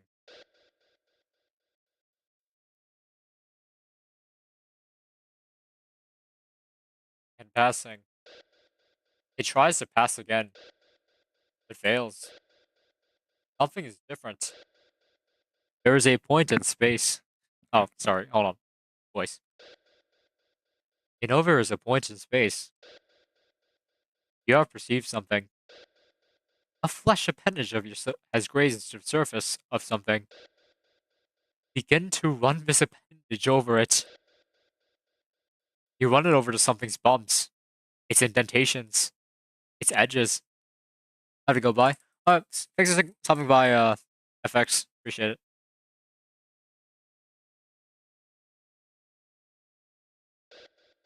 The electrical currents pulsing through your nervous system have a newfound harmony to them. It's beautiful. You grow a mind to appreciate something with. You grow ears to hear it with. And you grow eyes to cry with. Time passed. 1 second. Figures surround you. Similar flesh things huddle closely around you. They cry with you. Turn around. Behind you runs a current. Flesh things without eyes, or ears, or a mind to think with. Flesh things that weren't as lucky as you. It stretches on into eternity. You cry for them too. Sorry, I just need to watch my jibber. Alright, then. Hope that helps. What is the best art? That's an important question. The important question. It sits proudly at the important question table along with why do we exist and what happens if we die, but it sits there with a smug grin on its face because it knows that's more important than either of them. It's just too important to answer here. What?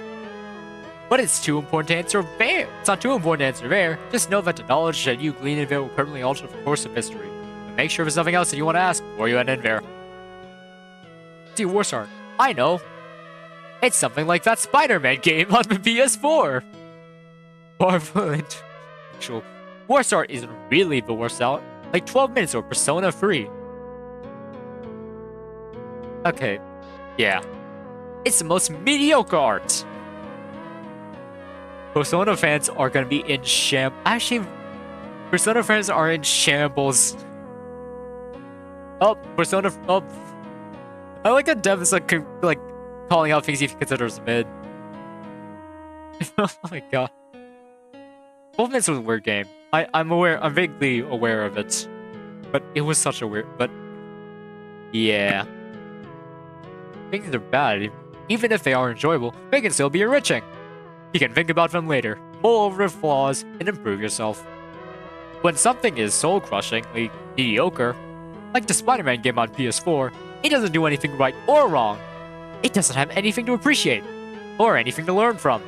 It's a black hole that takes your time and energy, gives nothing in return. That's the worst art. How do I make art? Easy.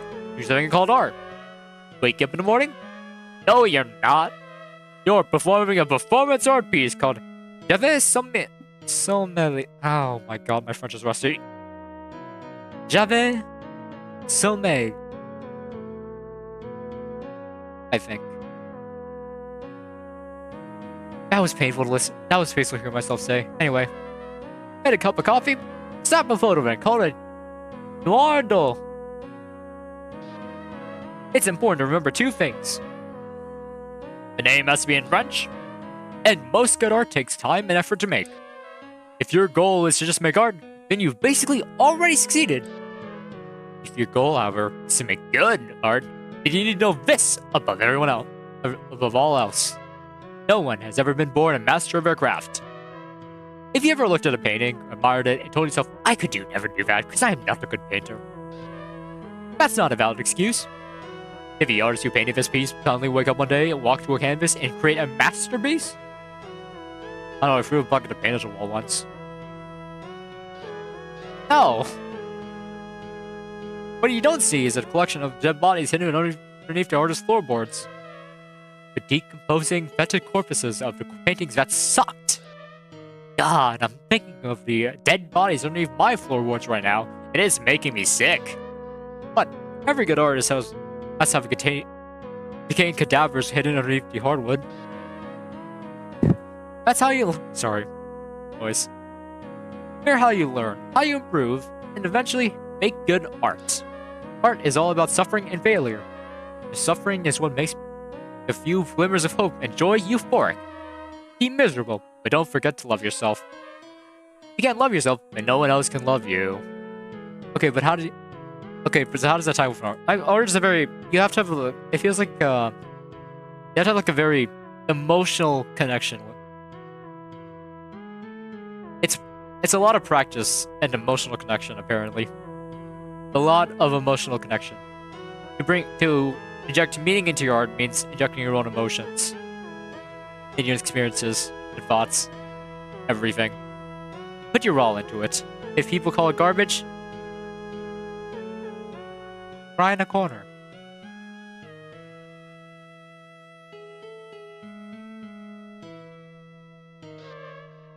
Lame. You live in like a art hell dimension. Art hell dimension. That's inspired. I love it. It rings in my ear holes like a terminal case of tinnitus. Art exhibit. What a milquetoast name. This is an art hell dimension, conductor. And while I'd love to tell you how this became an art hell dimension, well, the magician never reveals their secrets. Not a magician, though. You're right, I am not. There's a real easy way you can alter reality to your liking. Something you can do at night at home. All you need to do is... And then you mix the burnt skunk hair with... If it sees you, speak calmly and don't make any sudden movement. And there you have it. Here's conversation of interesting thing I'll cover with Steam reviews. We're complaining about bad art design. Really? They complain about bad art design? I don't... Do people judge games solely on just their art? Actually, yes, no, I do that sometimes. It's just... I don't know. I mean, maybe I just have a fondness for, like, pixel art, but come on. Your very own dimensional bubble in which you're practically Godhead. Of course, the eye of God is right. This guy has a god complex, I feel like. I really think that this guy... He thinks of himself as a god. Look at his portrait, man. What is happening with it? Just remember, with great power comes a great deal of fun. Yeah, he's like at the bottom of the hole. Have you tried jumping in it? Yes. Well, I'm stumped. You could always try jumping in it again. Here's a bit silly. He's a bit silly. I think his mind is clearly reflected in his eyes.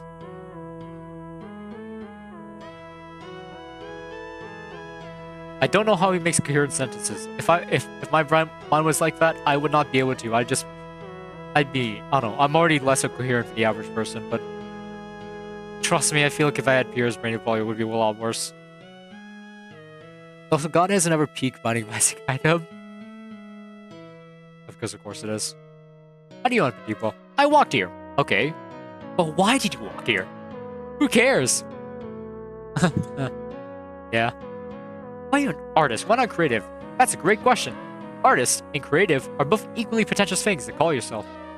But an artist is so much cooler. So please, call me an artist. Where am I? In my bedroom, in my art hell dimension, in Deepwell. Wait a minute. Personally, I recommend you stab everyone. I'm gonna do that later. I am planning on doing that later. What? Oh, it's just an infinite loop. Stab. Oh, please. I want to be nice to people for today. We can look, if we want to stab people, I think I'm still planning. I still want to do a low frequency streamer.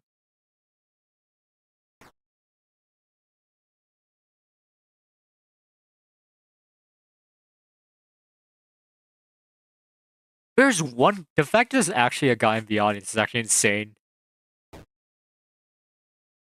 Oh my god, guys, check it out. Go through the bookshelf door. Let's see. Let's see. I gotta go by. Thanks for stopping by, newbie.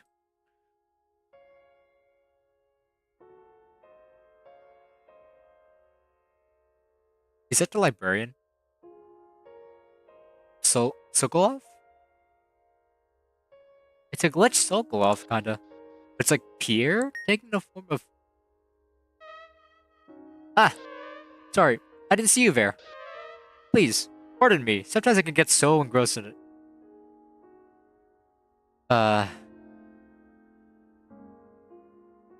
In my books, I wouldn't notice if my study was burning down. Literature is like the art of choice for intellectuals like you and me. Would you like to know what I was reading? This book right here is the best art ever made. Literally. Its name is the best art ever made. And its pages are scrawled with answers to the great secrets of the art world. Imagine the Bible, but more important. Now, I don't care if you're an artist or a creative or just a regular old Joe. The best art ever made is required reading for all sapient organisms. So sit tight. I'm about to break the Spaceball Club. Knowledge over your skull. Get comfortable. It's well worth your time. And plus, it has pictures. What? It's pictures? Look at this. What did Joe do? I don't know. Kind of the average. A story begins. All the best stories begin with an introduction. This is the best artist. They are the best artists because they are good at the artists who is going to make the best art. Now, the best artist knows that how to make the best art. They will have to journey through the miasma of creativity. A great and stupefying haze of unimaginable misery and torment.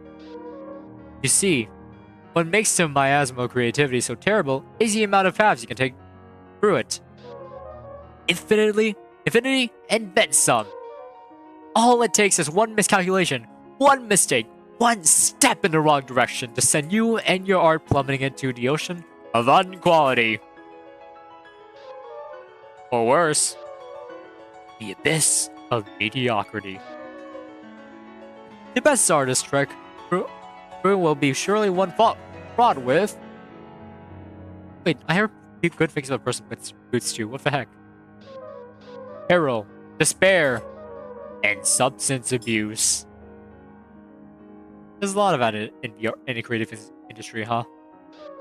But the best artist fears none of it. But you see, as expected of the best artists, they have come prepared. They have an ace up their sleeve. They've equipped themselves with a shining beacon of truth to guide their way through the miasma. Best inspiration. Every good artist has to have a piece of art that inspired them, so it's only natural that the best artist would have the best inspiration. A piece of art to serve as the best artist's creative guidebook.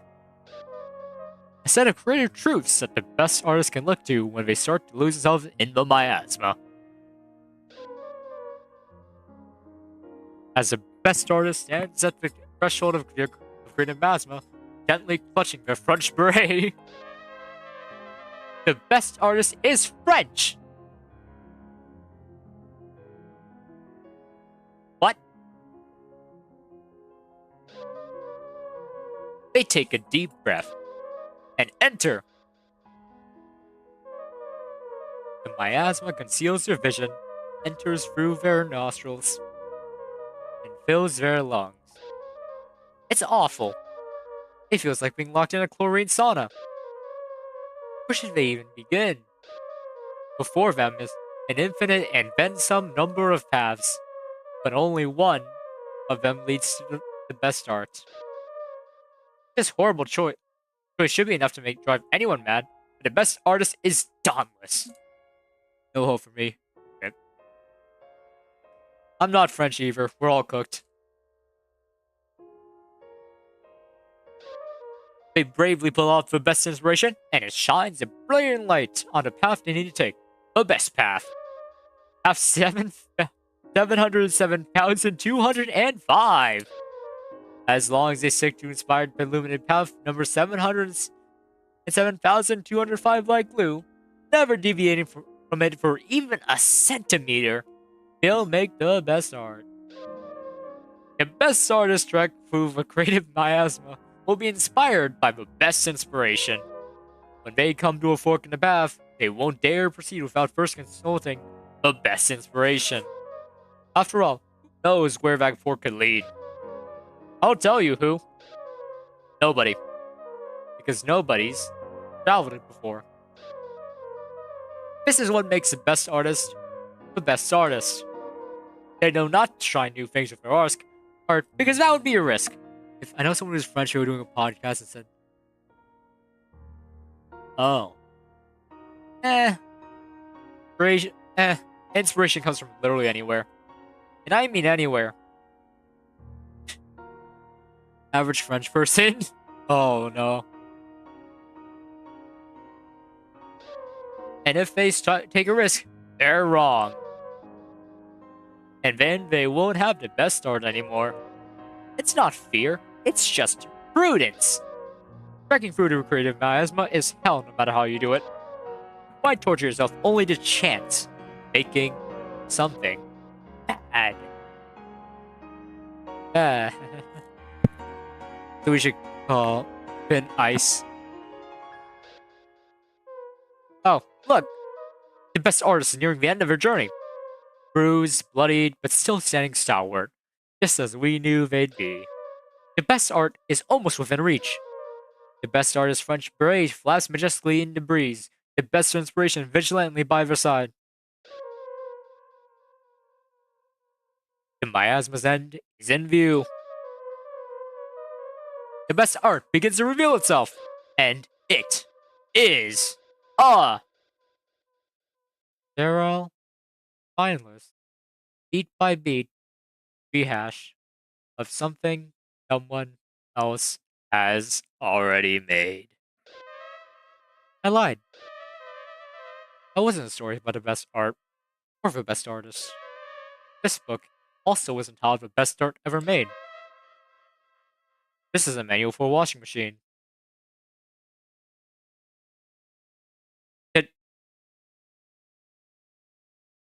There's a severe lack of cleaning products in there. I've noticed. I'm looking at the best art. Your expectations have been subverted. I made you think this was one thing, when it was actually another thing. Doesn't that make you sick? Doesn't that make you want to throw up your Mountain Dew Dorito milkshake all over moms and eyes, clean carpet? I'm sorry. I just kind of instantly threw up. I'm thinking about throwing up after hearing about that. Nobody actually makes that, right? I'm hoping nobody makes something like that. Our charter's king of winking? Maybe.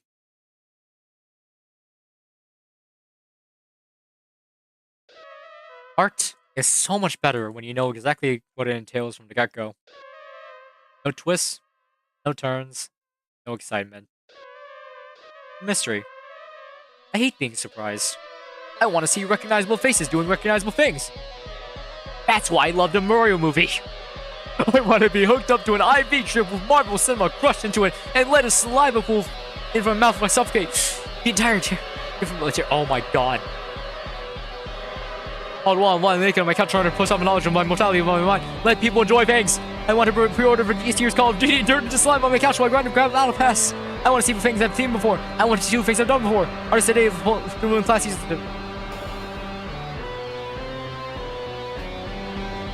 No, we are better than this. Be vigilant. Stop tolerating mediocrity. Stop making things. Oh my goodness.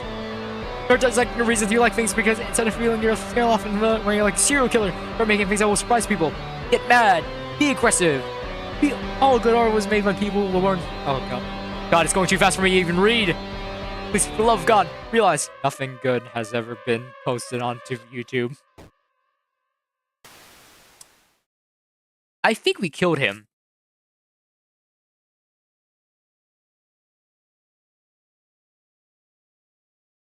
I think we just tried to murder him. Well,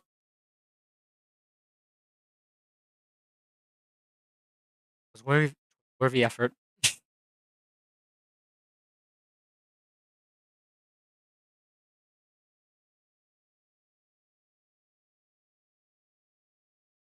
Are you okay? Oh, I'm Pierre, and I'm also dying. He came here to know what the best art is. But with my last seconds before complete and total oblivion, I'll clue you in. The ideal of creativity is a fantasy. People can pretend their ideas are completely and totally within their own creation. But that's all they're doing.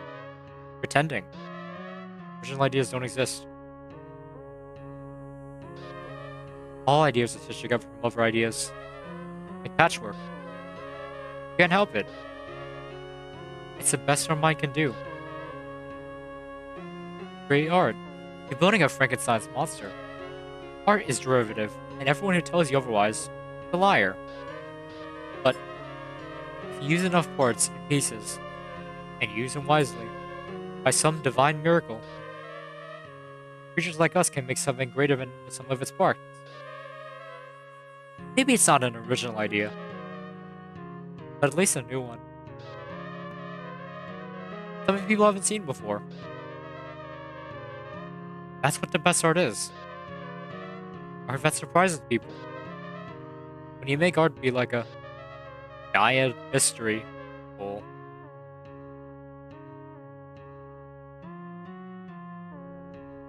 pretentious? The heart is not beating.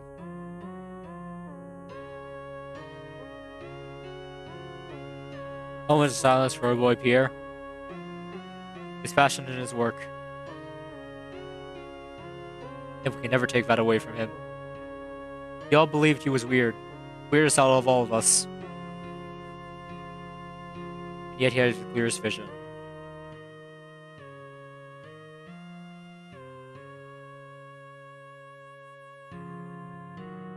Most ambitious as well.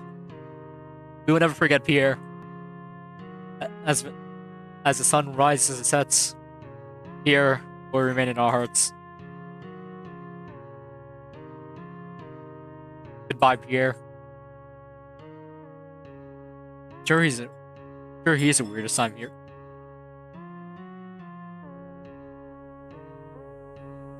I just realized we didn't get to stab him. Well, that sucks. I thought we would have been able to get time to stab him. Art Hell Dimension. He actually changed the name on a sign.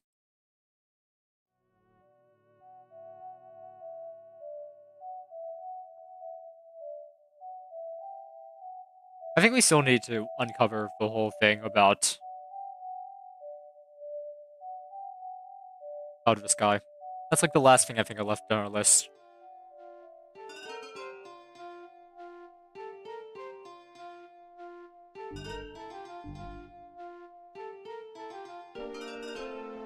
Amazed yet? A little. A little? That's better than nothing. This. Oh, hold on. You can tell Bing Pierre's dead. Oh.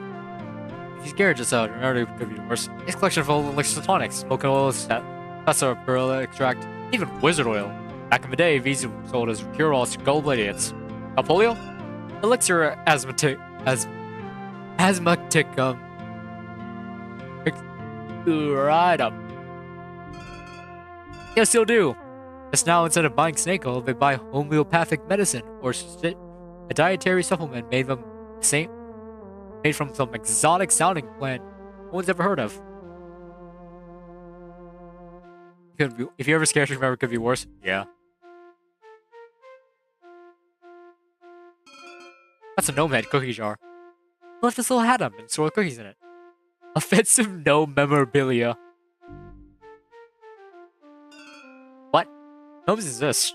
This is like offensive gnome Jim Crow memorabilia. Who's Jim Crow? Who is Jim Crow? What are you talking about? Racism! I have genuinely zero clue what you're going on about. I'm going to have the conversation here. Or, that's a jug of the world's moldiest lemonade. I have a second jug stored underneath the counter of growing bacteria and filth in it. Of a dark day when this one runs empty. Gotta keep the tradition alive. That's a deer trophy head. I keep it around of a store and try to put away about not deer. Is that deer? Yeah, it's a full deer head I found in a storeroom. My dad always wanted to try hunting. It's way too expensive of a hobby. Let's try telling the guy that.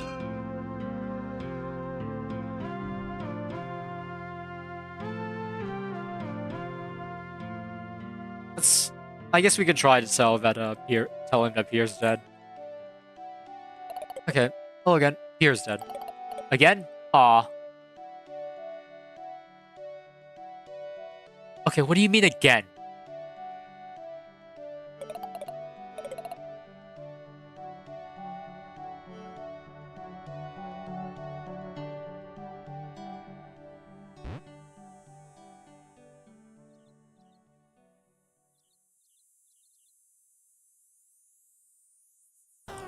I did that an impulse.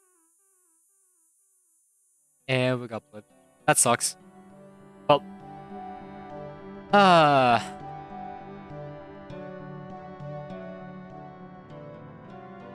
still want to forget the storeroom. At least have that grin stuck on your face. Oh, you spoke with Lily? Yeah, the grin stuck there. It's a bit annoying, but definitely not as bad as the flower that Chris Lily has. If I need to, I can wear a mask or something to hide it. It doesn't cause me much trouble. Look at the photo of the survey. Weirdest person here is Pierre. No contest.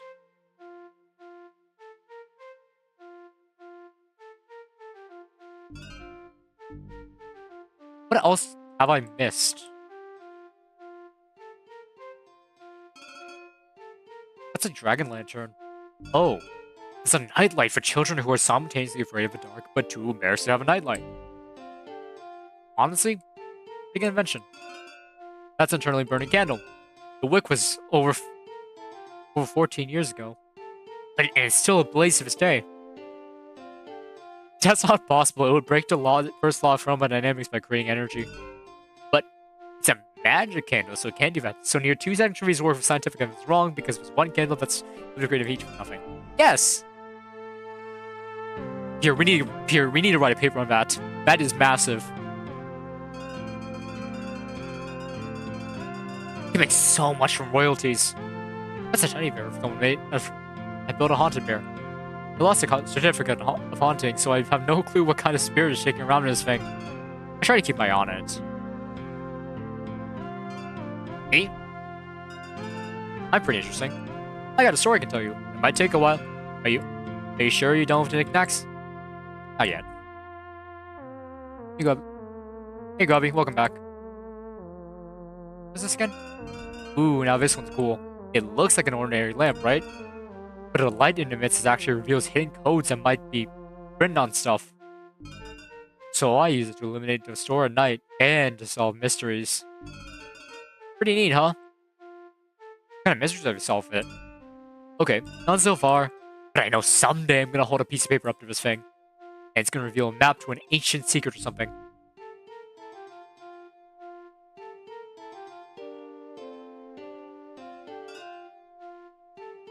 Oh, this one's scary. It's an antique handbell found in this attic of an old abandoned mansion. What do you do? Don't ring it. How's you ring it? An old hunchback buckler appears in front of you out of a poof of smoke and flips a coin. If the coin lands on heads, the old butler gracefully bow before you and ask it if it's going to inquire of them. So whatever they task you ask them, they'll accomplish. Like a genie. But if the coin lands on tails, the butler lunges at you, and you disappear with him in a poof of smoke, never to be heard from again. Pretty scary, huh? I should ask a ring. What if you lose the coin book, though? What if they take me, too? I can't delay you. The risk is just too high. That's a crystal ball. I got it from Marvin's Mystical Magic Emporium. 4 a.m.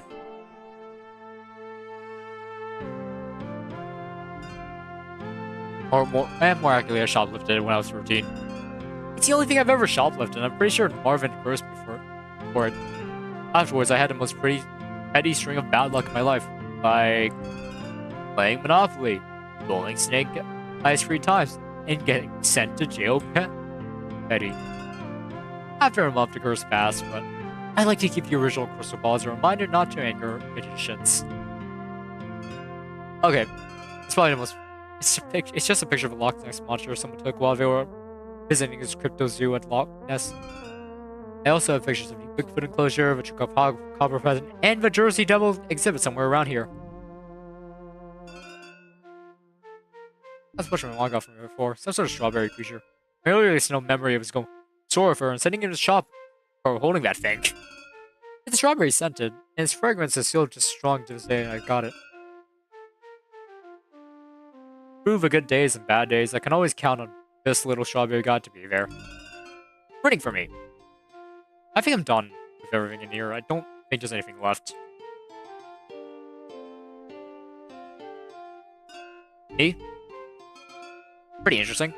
I got a story I can tell you, but it might take a while. You sure? I'm sure. Okay. Oh my god, I actually need to drink. I've been drinking water of the stream a lot more since I'm talking so much. I'm reading.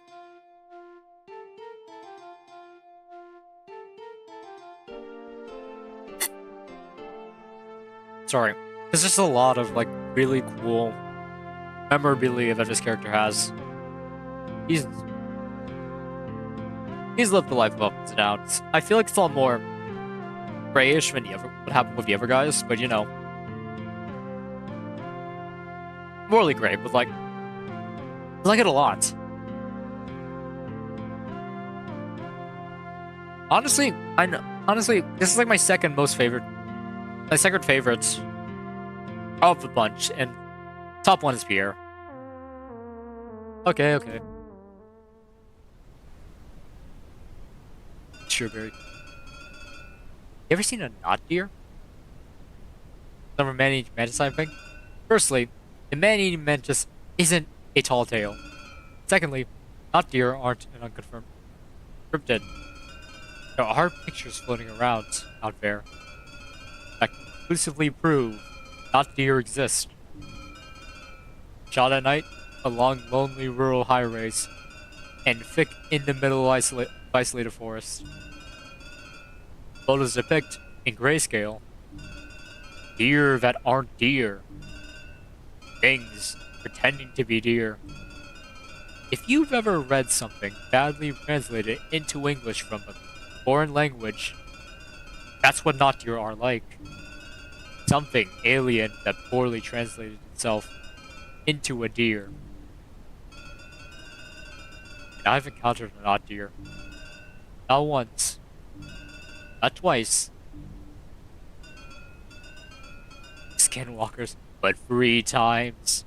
It's basically anything that's not deer. It's like a not deer that transforms kind of into a deer. When I was little, my parents and I traveled.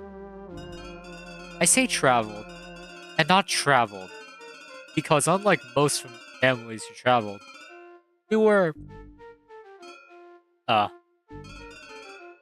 wealthy. Everything in the universe is either deer or not deer.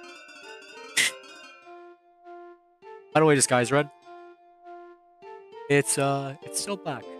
The sky is still black. It's either deep. I mean, there's only 2 options for it.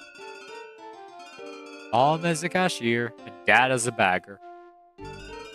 Positions that were simultaneously romantic and paid minimum wage. There was no way in hell we could afford any kind of luxury travel. Instead, we made do with driving around this country in this brown, beat, busted up van that had his name tactfully painted on its side. Bright red paint. I wonder what color this guy is right now. I don't know. I forgot. All together with hopes, dreams, and duct tape. The Expedition Enterprise.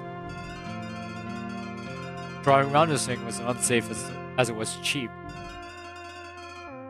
When I found time to spare, we packed our things, hauled our butts into the van, and drove off.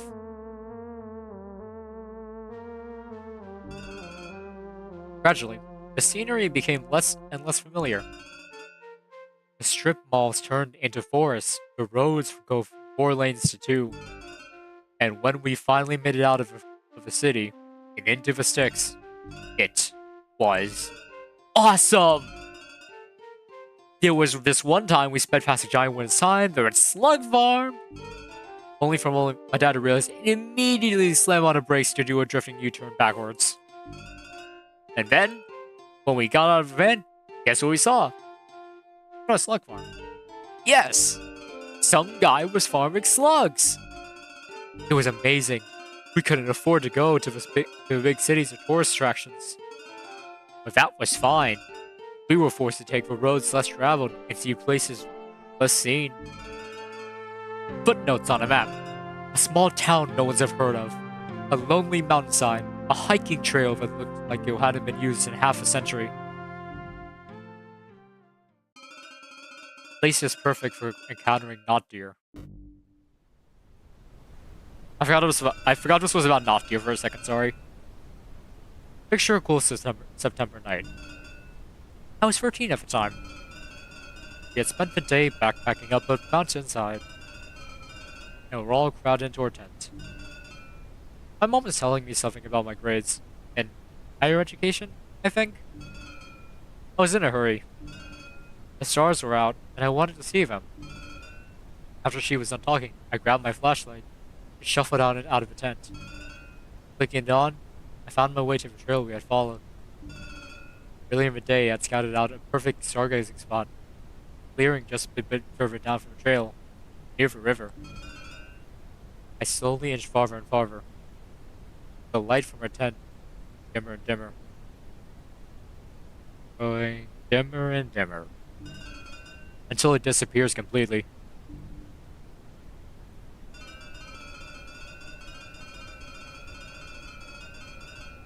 And a reflective pair of eyes slowly reveal themselves from the dark, towering above me. The flashlight snaps onto them, illuminates. A deer.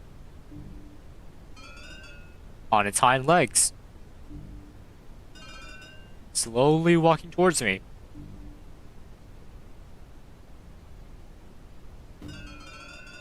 So I sprint back across the trail, break open the tent, cover, and spend the night drenched in my own tears. The official statement from my parents was, "Darkness plays tricks on your eyes," aka, "You're full of it, Devin." This whole experience made me take a greater interest in weird and occult. If not deer exist, who knows what else could be out there? I started collecting mysterious things I found while we were traveling.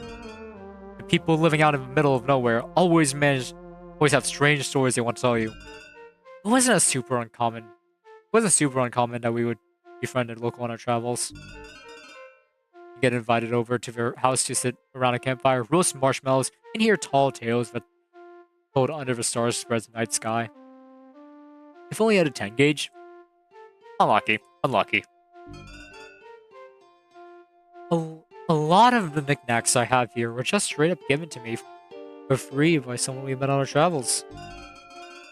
There's enough of them to paint a pretty good outline of where I've been. Pictures are boring. Anyone can take a picture.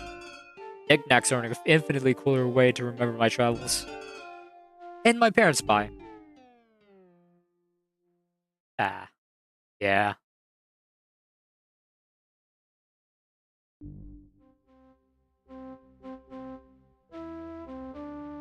Both my parents died when I was 16.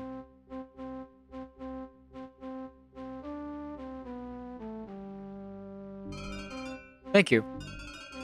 We were going to go hiking around Lake Beelzebub, but I got food poisoning at the last minute and had to stay home. They got into the Expedition Enterprise, drove off, and vanished off the face of the earth. Ben was found abandoned by by the side of the forest. That was the last anyone saw of him. The night I heard that they went missing was when I had my second not deer encounter. He was staring at me down from my window. I even took a picture this time. I like how the music gets a lot more compressed when we get to this section. There he is! You can tell he's a not deer. Because a normal deer wouldn't come to my window like this. It was a month-long search effort for which I turned up absolutely nothing. It'll always be MIA. I'll never get any real closure. It was best to just say, you're dead. And to accept I was alone. I left to support myself at 16. Which I did. Rules of the game were easy to understand. Pay rent or die. At age 16, I upgraded my part-time minimum wage position to a full-time minimum wage position. My name is checkout lanes at Dollar Chief. This is a Dollar General joke. Everything in Dollar Chief costs $1. He's talking like the post 2020 world, huh? It's where you'd go if you wanted to buy earbuds that'll break in a day, a snorkel with holes in it, or a plushie that a baby chewed an ear off of. The free rules of all when working there. 1. Work hard. 2. Work long. 3. Work smiling. That's how my granny got stuck there. I worked at Dollar Chief for so long that it stuck on my face. I'd get up while the sun is rising, work until it started setting, and then finally get home when the stars were out. Not that I could ever see the stars. There was always too much light pollution hiding them. I was lucky surviving a eating mantis. But not one, but two not deer encounters. There's a third one. It wasn't soul crushing, but more soul obliterating. But I didn't have any other choice. There were bills to pay. Maybe if I had listened to mom and dad and taken my education seriously, I wouldn't have been a complete train wreck of a person. Trust me, higher education still makes you a train wreck. Oh well, too bad. A few minutes I got lying on my bed in a blissful oblivion of sleep was spent, not just mourning my parents' death, but also my own. A kid that traveled with sticks with her mom and dad went missing along with him. Thankfully, one day I decided to pack all my knickknacks from the van and pick a direction and start driving. Then I found Deepwell in the storeroom. Now I live here, don't have to worry about paying rent, and everything is okay. That's my story, and we're friends now.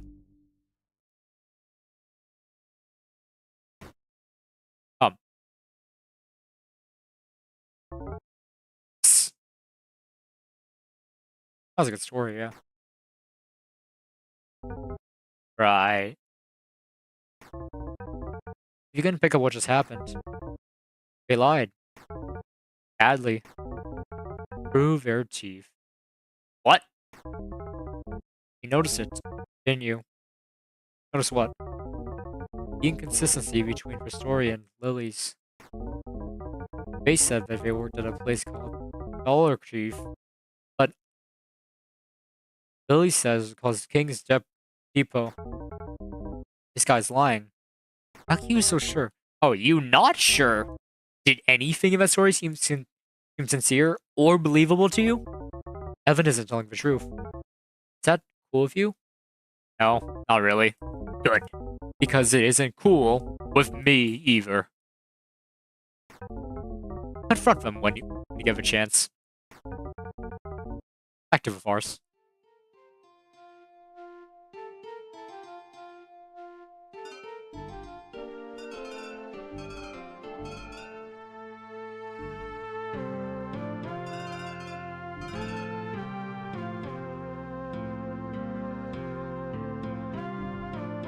When I get the chance. When is that chance? I just have to listen to the whole thing again? Oh. You're lying. Lying about what? The place you worked at. Lily told him that you used to work at a depot called King's Depot. He said you worked... He told me that you used to work at a dollar store. Oh. Billy probably just misremembered the story. Doesn't mean either of us are lying. What now? I'm thinking. Who is this guy, actually? I don't even know. Is it Deepwell speaking to my brain? Okay. I have one last ape up my sleeve. There's a near 0% chance they're stupid enough for this to work, but the name of the store they said they worked for was Dollar Chief. Ask him for the name. Exactly. Wasn't it what place you worked at for again? It was called uh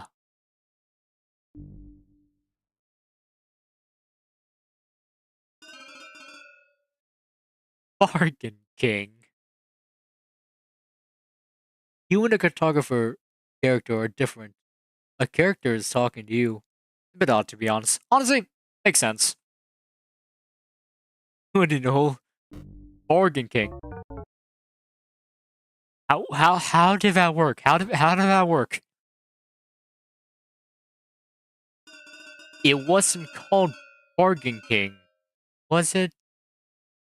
No, nope, it wasn't. Great. Congratulations. You caught me red-handed. I'm a liar with a capital L. You want to know the truth? Meet me in the storeroom. I thought the storeroom was dangerous, though. Did you now? I lied. Meet me in the storeroom.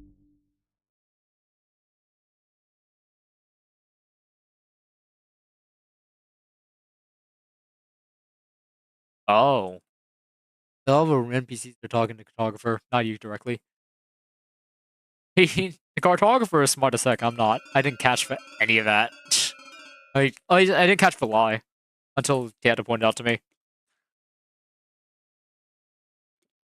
My job wasn't the only thing I lied about. Welcome to the storeroom. Oh, yeah, it is kind of short, huh?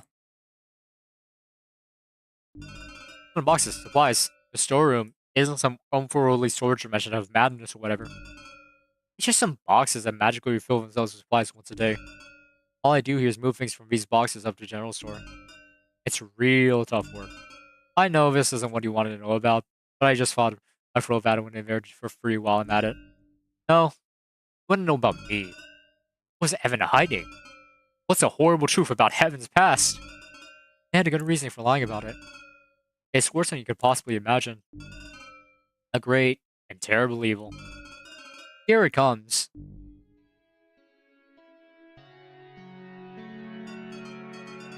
I've never had a job. That's it? What? You expected more? You want me to tell you I killed someone? That's it. Everything else I said was true. The story goes, little Evan's parents go missing. Instead of learning to look after themselves, Evan hops in their van and drives out to the middle of nowhere to hide away from life's responsibilities. That's it. That's my story. You talk with all the others here, you listen to them how they got there, and it's sympathetic. But me? My story's just pathetic. I could have pulled myself up by my bootstraps, but instead, I ran a Deepwell because I was afraid of working. Honestly, that's kind of relatable. There was this kid I met while I was in high school. My age. Looked like me, kind of talked like me. Ain't as smart as me. Actually, probably a bit dumber.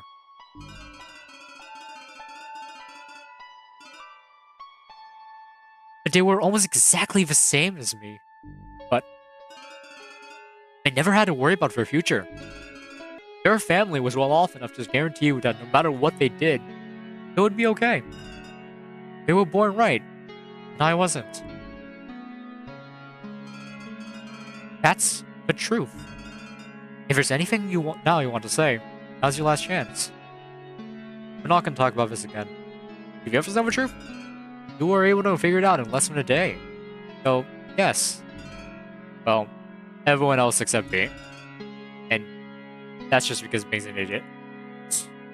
That's fair. Yeah, No. I mean, he's like a pre-programmed robot, right? You can't really fault him. You the guys who made it.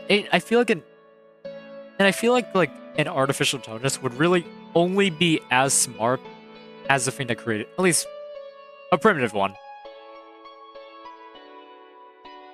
Looking over General Sora, this isn't real work. Once a day, I move things upstairs from these boxes onto the shelves. Takes 15 minutes. Agreeing and sucking your face on. I was born with it. Suck like this. So was my dad. Why do you lie about a storeroom too? To make myself feel better. Pretend like I'm actually doing some kind of work around here.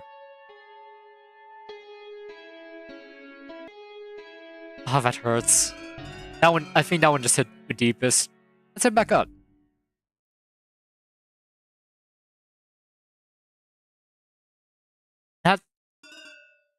That one just hurt. Wait. Almost forgot. My third not deer encounter. Thought of the day I arrived in Deepwell. Working near the side of this road. Good picture of that time too. A bit less blurry.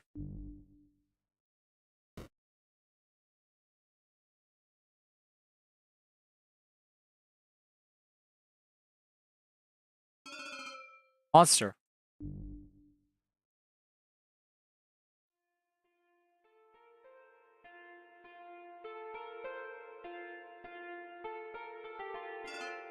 Hey.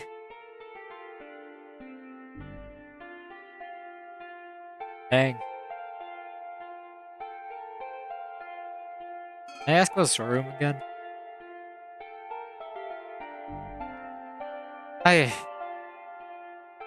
Ironically, he talks about not being sympathetic. But that's the one I think I've essentially spoken to everyone in Deepwell now. What a strange group of people. There is an exception, though. Bing. Like everyone else in Deepwell, there has to be something more to them, right? I'm done being subtle. Confront them. Make them spill their beans. That was a good time to save. Yeah.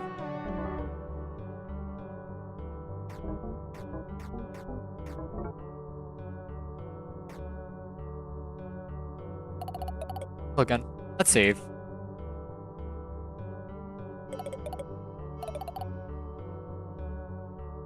I'm gonna sit down because I feel like we've gone through a lot of this game without any good amount of break.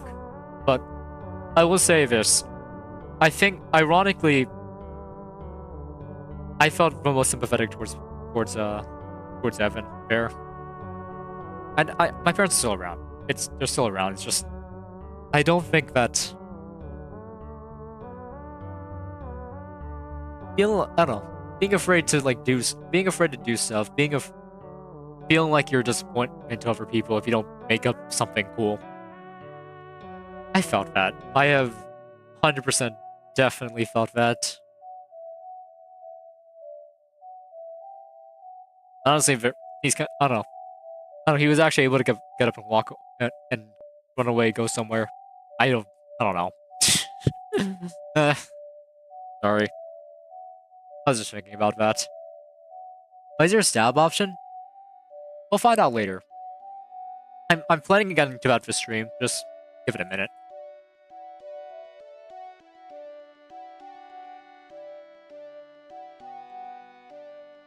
Alright. It's over saved. Okay, one more time. Save the game. Let's build. Alright, robot. Talk. What? Talk to me already. What's your deal?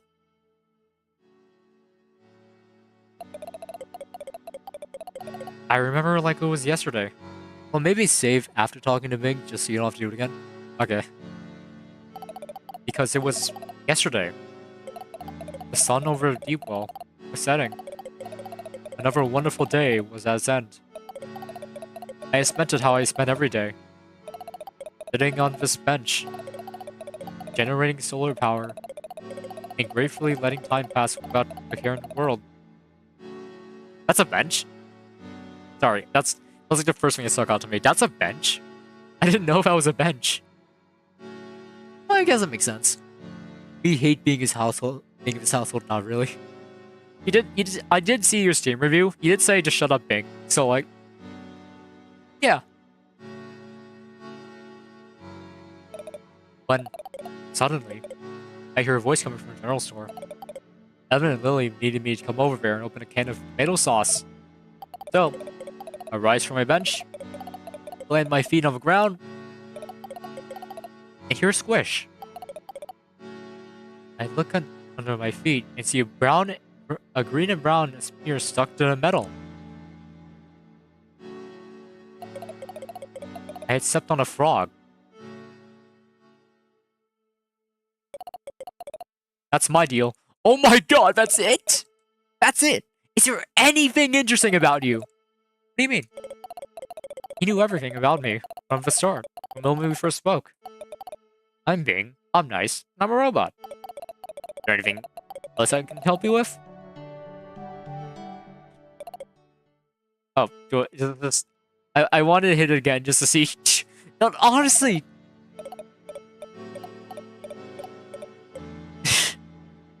Sorry, it's such a ridiculous thing, but like.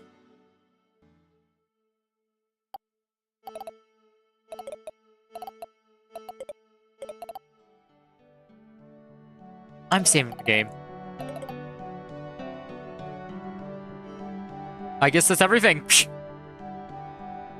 Oh my goodness. I can't believe it just, he's like, what's the deal? I can't believe Katalog was like, spill it, robot, and then we're just gonna, and then Bing's just like, I'm actually just, I think we've done everything that we wanted to, right? Well, go to the boat. I mean, except for stabbing thing, but there's a reason why we saved, you know?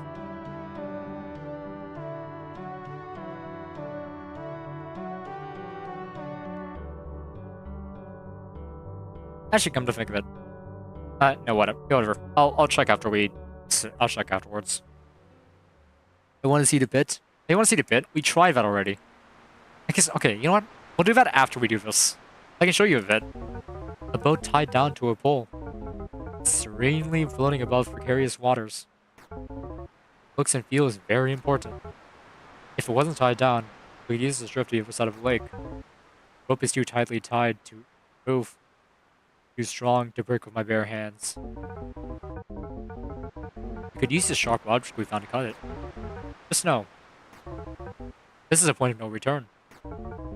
Consider saving first. Already did that? I think we've seen near everything Deepwell has to offer. Nothing particularly important will be missed if we leave now. Positive? Alright. Let's get going.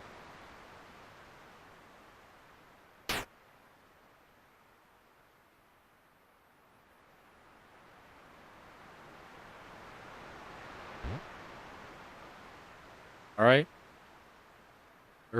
We're float.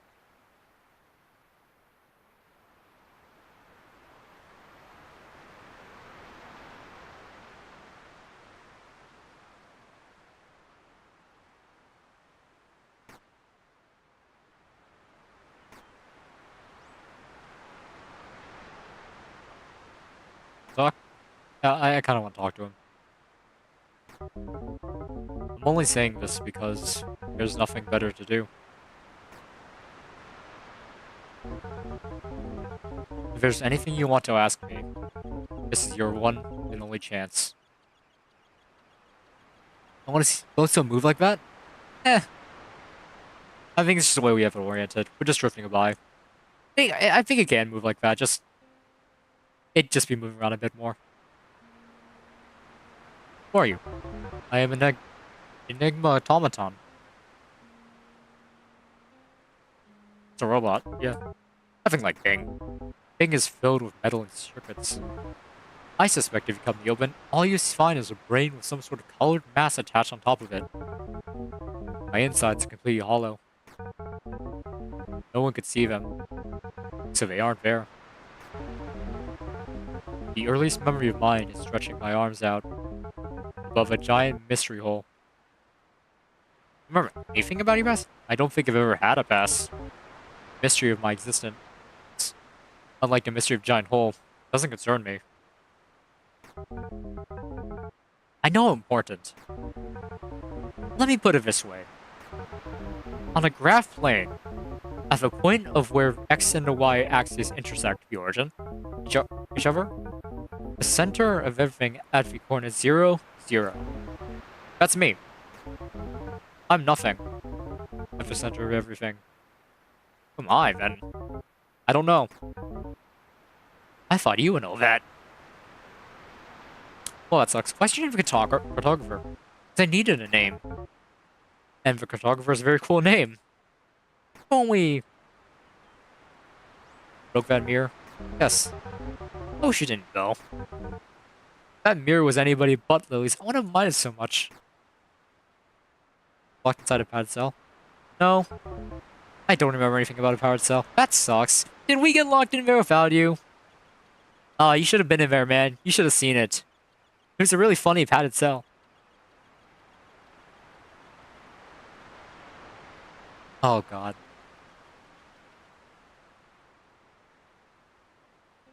I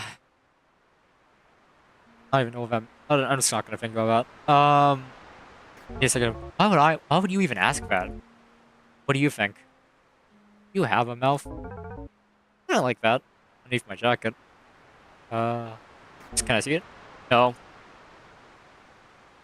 I guess it's the last question. Very well. Let's see what's on the other side of this lake. Why very friendly? There's a lot of frowny faces there.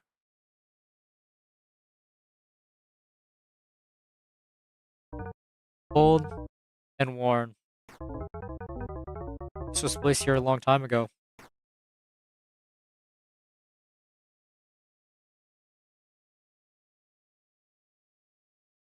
Oh no. Oh no. I just realized, we're in a loss. We're getting a lost here. What is this? Oh, come on. Really? Really? I can't, Oh,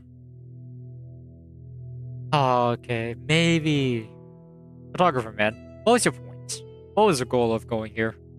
I mean, I know I'm the one who told you to go here, but what was the point, man? Okay, this part is odd. Just keep going to me. It's out. It doesn't matter where you go. I want to see all the different background tiles.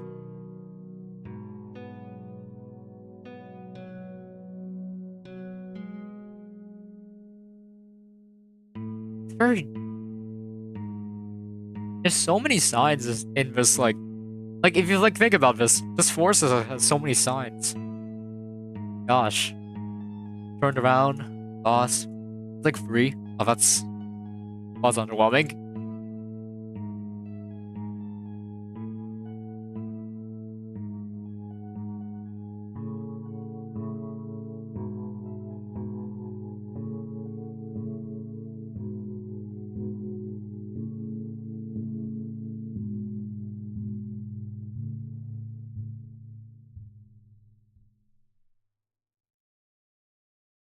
Ah. Mystery Hole Fan Club. Meeting now. Let's go.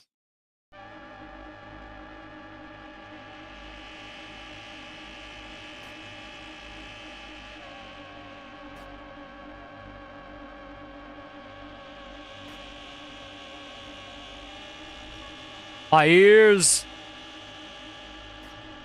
Mark! Mark! I may be visually impaired, but don't think that means you can't sneak up on me. I can't see you, but I'm sure I can hear you. I'm not Mark. You came just when the party ended. We did it, Mark! We did it! Oh, we waited so long for this moment, Mark. So long! Our lifetimes are spent! But we did it. We got to the bottom of the giant mystery hole. Ow. Bad, bad, bad, bad, bad. It's evil. Worse than you think. We didn't get blipped. Oh, it was so easy too. After all we tried. So easy. All we had to do was enter from the north side. What? From a tree to the knife to the grave. The jump hook just didn't work though. The attempt record. What fools we were. Hark, go see for yourself. See! The north side's right here. We'll all be waiting for you at the after party. What?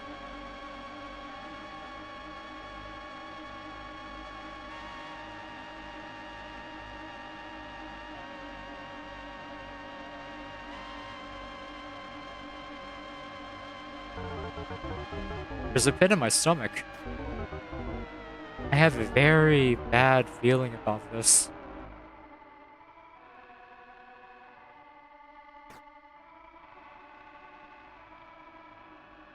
What the heck? We have to. We don't have another option.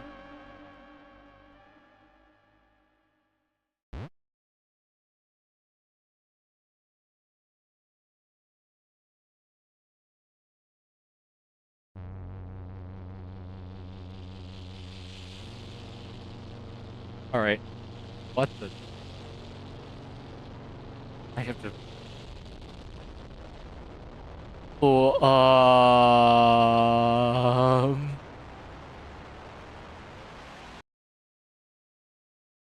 well,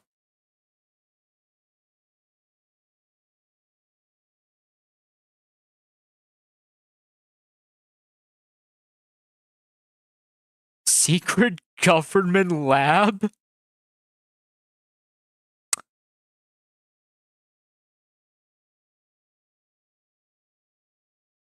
Oh yeah. Very X-Pal World Lab? I don't remember. I don't know. I don't know what you're talking about. What the? What is this?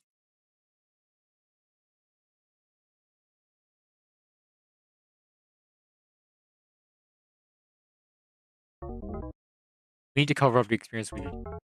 Make it so people can't jump in the hole. That's what makes the people could jump in from north. What?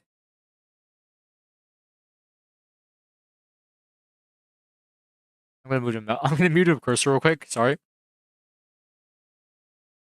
He just came out. Oh, Power. I see. Active service.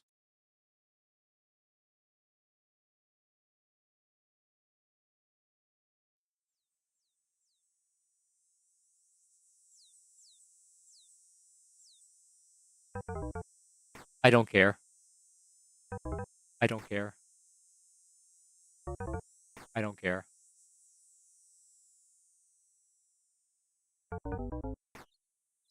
But general store's closed? Bro.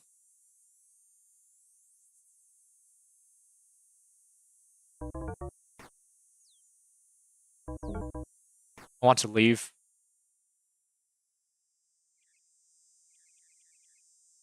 Huh? That was it? There you are. Everyone's been looking for you. Tonight's Deepwell annual bonfire, and everyone wants you to be there. I've never been to one. I'm sure it's going to be fun. I know it's at the bottom of the hole. Really? That's fantastic. Come on, everyone's already there. You can tell everyone to the bonfire. Oh, okay, goodbye.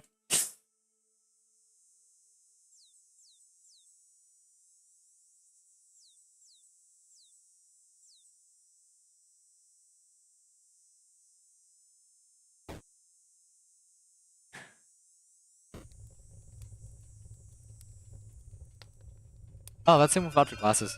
That's different. Here. Did you do something to the fire again? Not this time. I promise. I have zilch, nil, not blue. Why this thing is blue? Maybe this guy. Her name is the cartographer. Hey, the cartographer. Why did you make a fire blue? He'll know me. I don't know what it's just Latin for something. I don't know.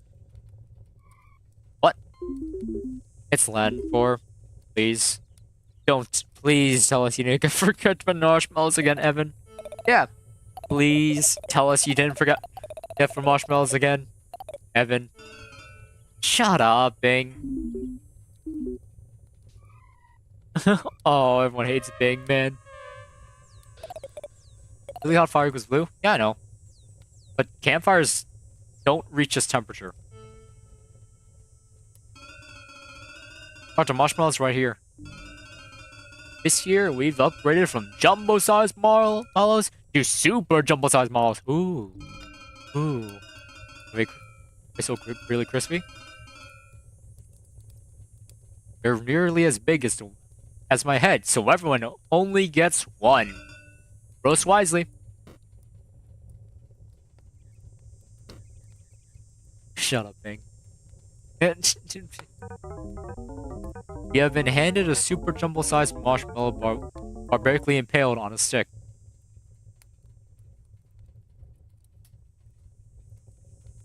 The giant mystery hole was giant mystery hole is a joke at our expense.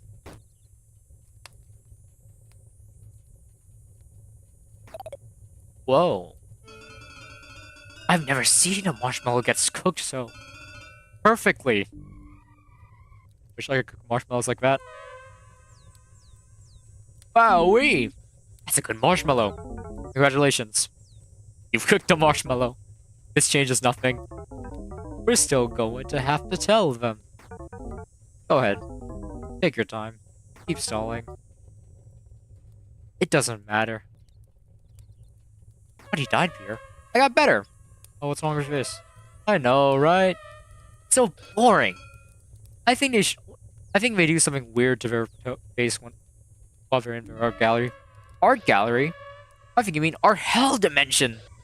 Oh, remember the thing they did to it last Halloween? Haunted house? God, every haunted house they do was worse than the last. One of these days, Pierre's gonna end up inadvertently killing all of us. I didn't Bing get a marshmallow. Is there a robot and can't eat? Also because no one likes him. I like Bing. Thank you. I like you too. That doesn't mean anything, because Bing likes everyone. Hey Bing, explain why nobody except a cartographer likes you. Sure thing. When I was being built, everyone in Deepwell thought it would be great to make me as nice as could possibly be. After all, who doesn't like nice people? They cranked the knob on my personality cortex, drive all the way past Mr. Rogers, past educational cartoon mascot, and finally past brain damage victim missing the right half of the amygdala. After I was powered on and failed to glean anything about this new giant mystery hole, everyone found that, to their horror, someone who's on nice 100% of the time is very boring to be around. There's a line between kindness and a yes man. You need at least some friction in a relationship to be able to properly bounce off one another. Someone who only tells you what you want to hear isn't someone who's going to improve you as a person. Did I explain it right? Yes. I'll stop talking. A group of crazy people in the woods across the lake. How crazy. I think you'll die. That's good. Here! I mean, I'm good that we shouldn't be worried. How does bonfire traditional start? It wasn't always an annual bonfire. We used to come up here almost every single night to roast marshmallows, stare at the stars, and sing Rainbow Connection while I played the guitar. No, we didn't. I want to make it very clear, we did not sing Rainbow Connection. We didn't, but I wish we did. Inevitably, the 7th night in a row we came up here wasn't as special as first, so we all agreed we needed to put a limit on it. This day, this month, once a year. Except every time we come up here to be special. It's a philosophical potluck. Your soul glows brighter in the light of a bonfire. A shine of countless stars down the night sky over Deepwell brings me peace. I'm having a blast. Well, about to giant hole. I mean, giant mystery hole? What about it? I just a little more time. A little more. Can we talk about something else first? The problem is I think we've bought enough time, right? We can save this. Yo, pull their eyes out. That sounds terrible. Okay? Yo, pull their eyes out. Oh. We have to tell them. You mean...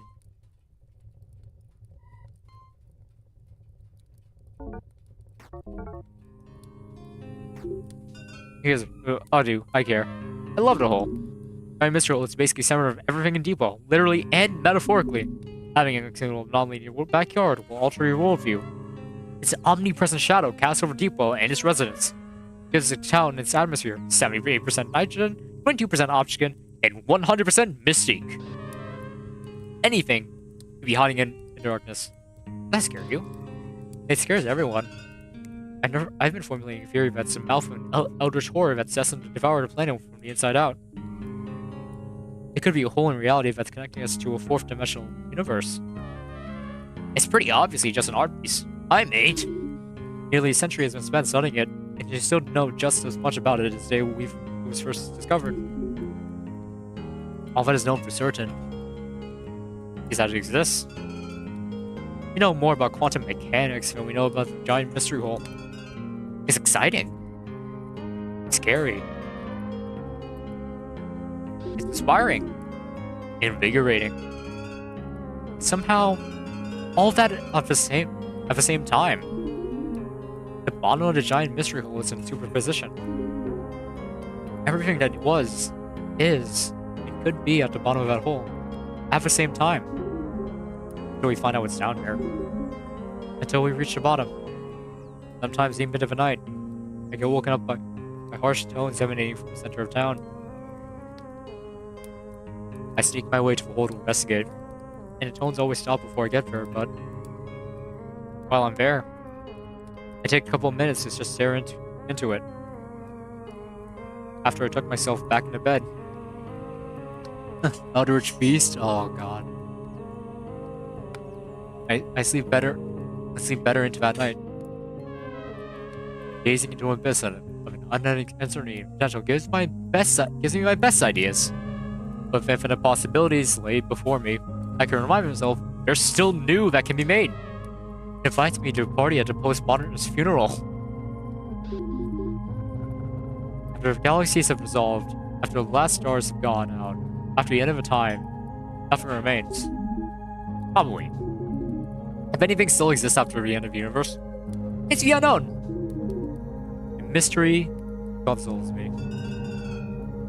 I like having my lunch while standing on the edge of a hole. It's an excellent backdrop for enjoying a sandwich.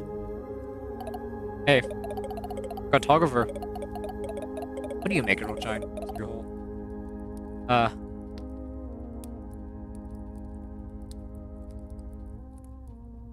Everyone was making something out of it.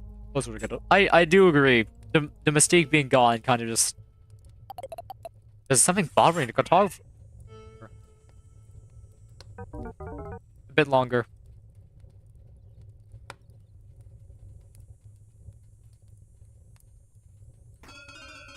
We solve the mystery. What happens if we reach? We solve it.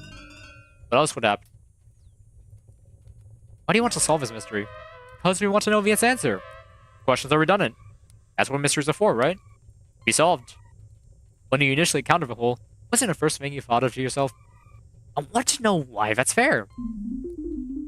I can see a colossal beast slowly crawling out of it. Oh my god. You can't help but be curious.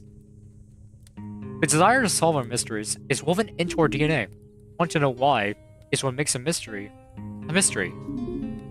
Asking why projects an infinite slide of real by your imagination. A mystery without that isn't mystery. It's just chaos. Mystery solving is a blood sport. I don't know why I found that line's funny. The answer kills the mystery, but the mystery can't exist without desire to know the answer. A yin for the yang. We're hunters. Additionally to rush adrenaline, ruthlessly tracking down and pursuing mysteries so we can line them up against a wall. What if, hypothetically speaking, it had something really stupid under? I don't speculate that the mystery isn't worth solving. Because if it is the case, which it isn't, we wouldn't know until after we had already killed it. Hey, don't worry yourself about too much about the nature of mystery. Don't cry over spilled milk until after you spilled it. I'm sure whatever's at the bottom of the hole is worth seeing. Earth-shattering existential revelation that changes everything. Or, if it's not that, I bet it's something that offers more questions than answers. Like the hole is just the start of some epic adventure that we're going on. I would like that. Hey, the cartographer.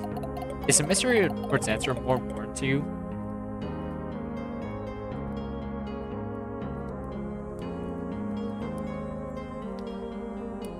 Honestly,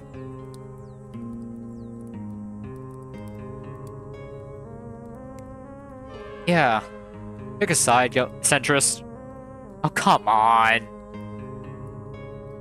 The answer is more important. Of course. After the dust is settled, the only one of the two that remains is the answer. History is temporary. Something important on this cartographer's mind. Let me see. What's that after you solve the mystery? Then we know its answer. Oh. Oh, wait, it just leads to the whole thing. Okay. I hate choices that don't actually lead to different things. That's what the universe says. Fundamental force of things. It's all bittersweet. Hey, don't worry about yourself.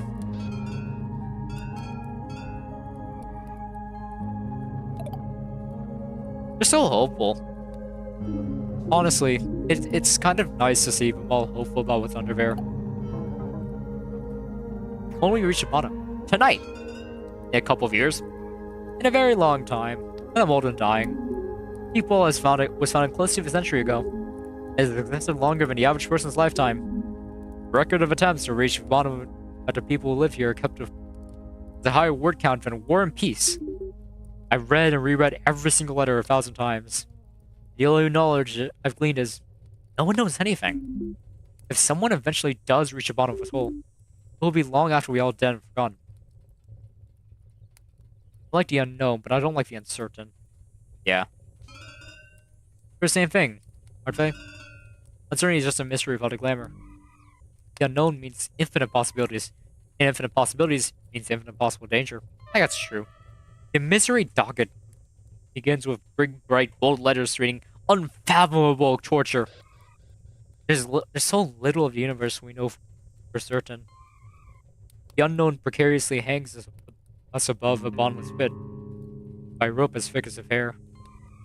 If someone looks at a rope funny, then they fall forever. Who wouldn't be afraid? How do you keep this? You don't need to look at a rope funny. The bottom of the giant mystery hole could be hiding a mortal threat. Among the infinite other things it could be hiding. What are you saying? It's just... What if it isn't? But what if it isn't? Concerning the unknown, a responsible shot of optimism is pragmatic. What do you think you'll gain from obsessively assuming death and despair around every corner you'll turn? Not every probable stream? I don't plan it either, I've got to be honest. Only start panicking when there's a good chance death and despair are waiting for you around the corner. Like after your name gets placed on a cartel's hit list. Hey, cartographer, is the unknown a threat to you? Are you afraid to go things that go bump in the night? Really depends on the unknown, honestly. That makes sense. It's a healthy balance between your two extremes. The cartographer is very nervous about something. More time. Who would he be without the hole? What you're really asking is, what would he be without Deepwell? Deepwell wouldn't exist without the giant mystery hole. I can't imagine my life without Deepwell. Not that I haven't tried, but that I can't. Every path I imagine I could have took, every choice I imagine I could have made, they all lead to Deepwell. It's not that there wasn't choices that lead me somewhere different. I just couldn't have taken them. I think about those choices. Everything past them is pitch blackness. Probably something after them. Maybe even something good. But I can't conceptualize who, what, or where it would be without Deepwell. I feel like I'm trapped here. The world has combined me in Deepwell because it thinks I'm disgusting. That's sick of looking at me. So it made me a paradise who knows it will never willingly leave. Everyone I've ever loved. Light. Is in Deepwell. I could only ever escape with them. Ah, that's so... It's kind of heartwarming how close everyone is. How united everyone is over the mystery of the whole. I'm marching to beat my own drum. My own drum is being played by me. I'm a collage of the world. Chunks and pieces that broke off from it. The people I live with. A song I've been listening to. A giant mystery hole. Everyone make up of me. I don't want to leave Deepwell. What's the next stream game? I have no idea. I'm letting you know, I straight up just have no idea what I'm doing next. I'll probably figure it out like after the stream's over. I don't know. But I'm not really the one trouble thinking about it, am I? Hope isn't meant for me. It's a nebulous collection of senses and ideas that really only function as a collective. Like a group of fireflies. Most times I try to approach them with them all scattering far away. I'll never reach them. There is no hope in Deepwell. There is no hope for the future, because there is always joy in the present. Deepwell might just be a psychological bondage. The wound it covers is still fresh and open. But at least it's not a bleeding anymore. Hey, photographer, would you rather have a hope for the future, or joy in the present?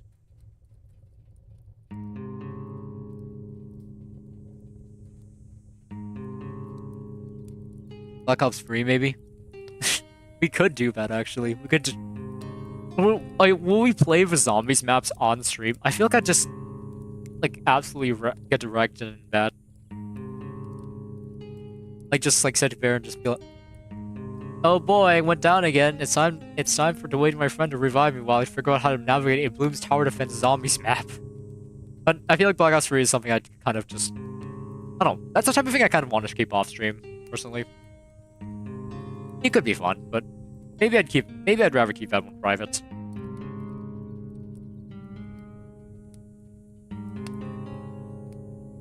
I need hope for the future. Finding for hope. That's a new concept. For however much it's worth. Stronger than us. The end is only the end if you don't pick up yourself up afterwards. The photographer is hiding something from us. Out of a line. Almost. One last question. Why is the fire blue anyway?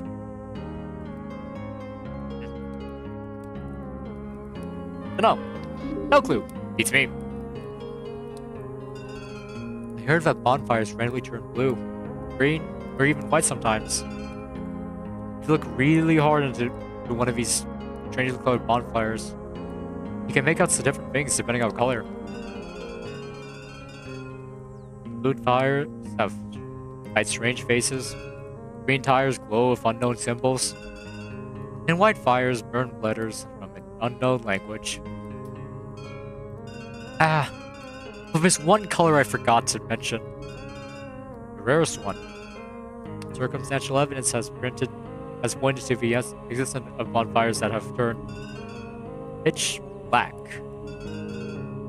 I say only circumstantial because, well, if they do exist, no one who's seen one has lived to tell the tale. That's hokey. What's circumstantial evidence? No. Pictures. And stuff. You're full of it, Kevin. Oh, this is rich. Coming from the man-eating deniers. There it is. I was wondering how long we would last before hearing about the mantis again. It's out there! Maybe it is. There are weirder things out there than a giant mantis that eats people. Finally. Like the stars. over planets orbiting around them, the cosmos in general. What we're doing now shows how little people have changed since the prehistoric times. All of us are still sitting around a bonfire in the middle of nowhere, wondering what's up there in behavior. Like cave people.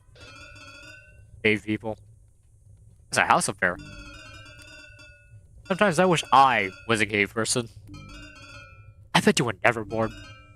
Cave person never knew what they'd find past each horizon until they crossed it. Oh, I wonder what a cave person would think about the world we live in today. Mysteries are being snuffed out, by one. Dying embers radiating blast of her heat. Like in the arts. God, I hate the arts so much. After the sun sets, the nights are just a little less interesting than what we know about what monsters lurk in the dark.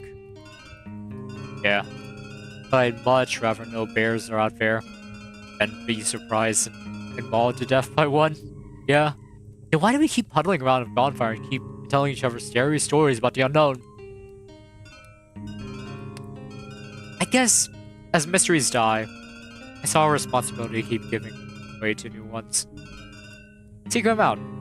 Place the old ones after we're not with us anymore. Take them. Inject bright colors into the gray-brown sky. Be a cave person. Keep being weird. Keep wondering. Keep asking questions. After the stars and us have left the stage, after everything else has faded, mystery will be there. Why? And any given answer inevitably only leads to asking why again. That's why scientists will never get bored. We'll always have more work to do, more questions to answer. We're never going to reach the bottom of why.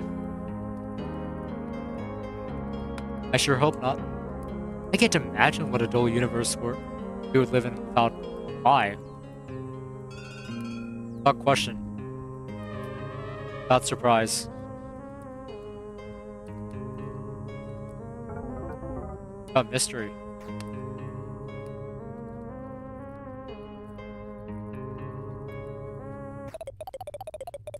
Oh, the cartographer knows at the bottom of mystery hole. What? Huh? Excuse me? Pardon? You do. Go on, cartographer. Tell us what's at the bottom of mystery hole.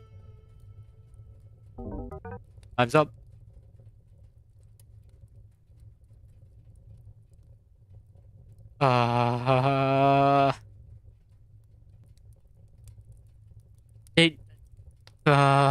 I feel so bad. The whole talk about mysteries is so enthralling. How much mysteries mean to them, how integral they are to living our daily lives. It's just... the suspense is killing me. Oh my god. I have to, though.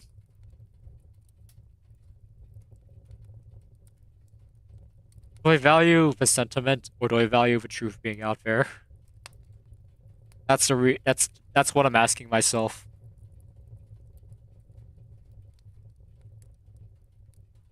It's something... The overarching story, like, the thing that's binding everyone together, is it right to rip that away from them? Is it right?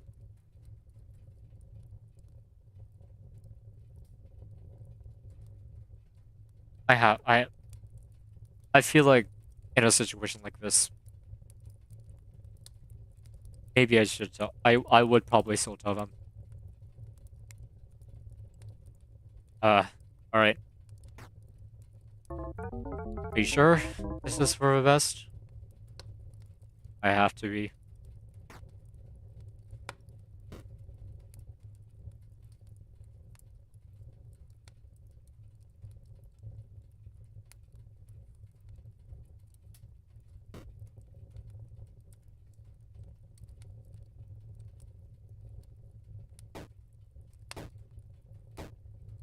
Oh no.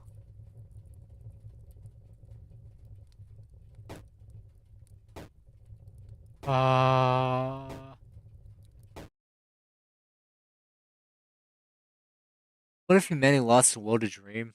What happened? A lot of people would lose their purpose.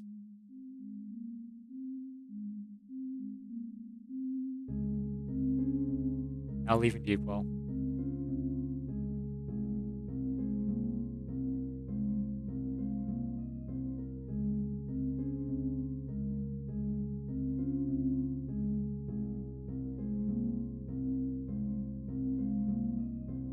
I feel so bad. Genuinely. I feel awful doing that.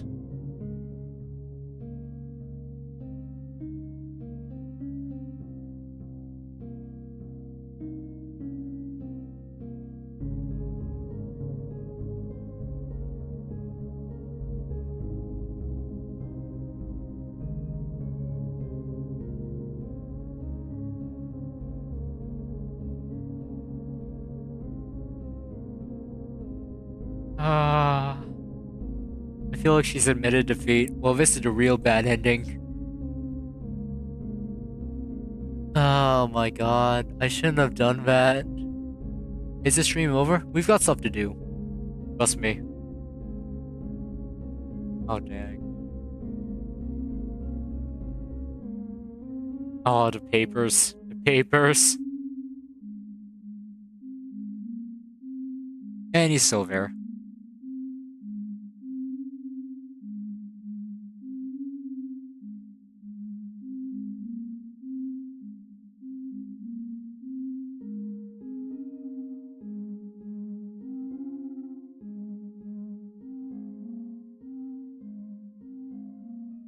I think, in retrospect, it's the type of thing that tears people together. I know the truth tears people apart, but like,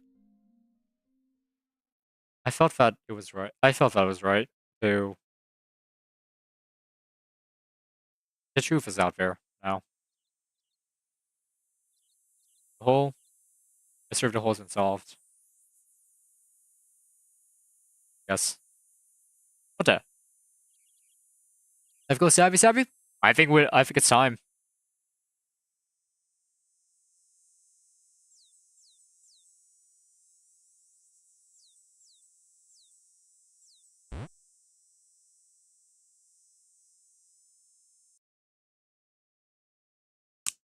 And the game died. And the game just left. Let's oh, I hit my mic. Sorry. Let's go back and stab people. Welcome back. You hear it? The sound of cicadas emanates from the sound of a waterfall. Let's continue.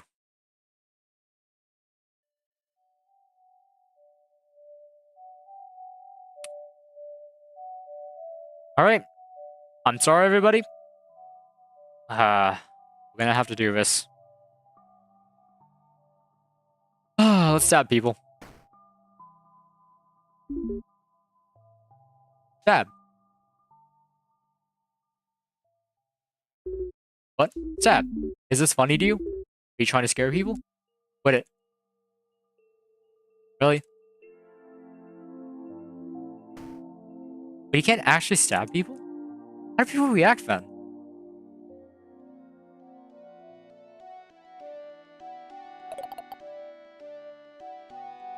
Stab. Stab. Stab. Stab. Stab. Stab. Stab. Bad. I guess you can't stab people. If you want, I can tell you about the actual bad ending. There's an actual bad ending? I mean, I guess... Since we're doing other stuff, I guess. You wanna just leave me... You wanna just, like, let me know how to get there, I guess? And I kind of can react to it myself. Stab what? Good? Must be uranium I'm putting in water. I'm even curious about the dirty water. Whatever. Hey, wait. London Simulated 2024. Hey, wait, welcome to the stream. It's not working. I can't stab people. And you know how much that hurts. Cicadas behind a waterfall. You hear it? I hear it. I'll get to that soon. Bing will be blink. Will be Bing. Yeah. Let's stab.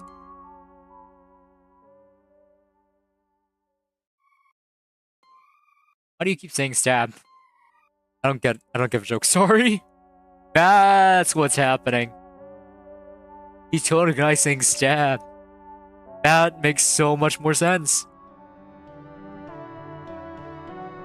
Alright, we got one more person to stab, quote unquote, before we get to the cicadas in a waterfall. But yeah. That ending hurt. I have to go back and like I'm tempted to just go back later and just like, you know, actually not tell them anything.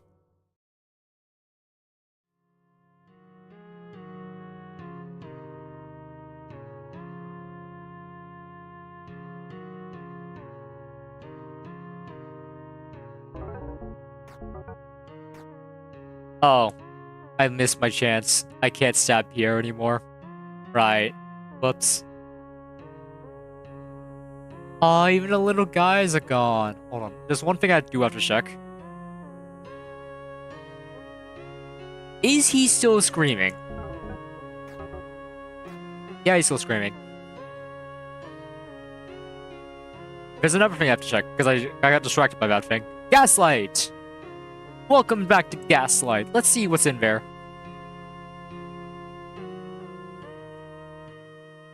You know what? I'm disappointed.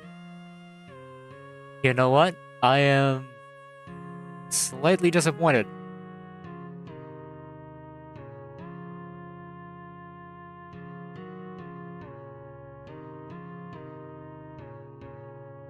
I can't believe Fear is dead, though. That's crazy. The sky is red. The walls are closing in! The walls are closing in! So, cicadas behind a waterfall.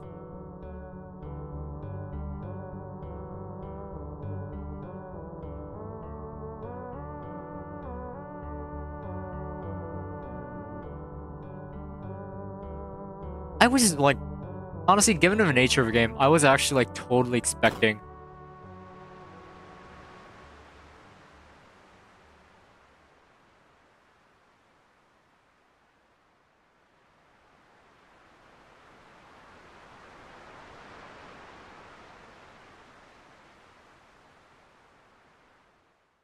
Oh.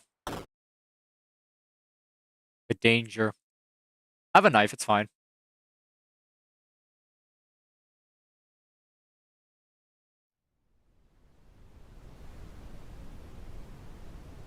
I have a knife. I can protect myself. The walls are closing in. We're truly gonna be playing London Simulator with this one. Let's go. Let's go. I'm not scared of you. Oh,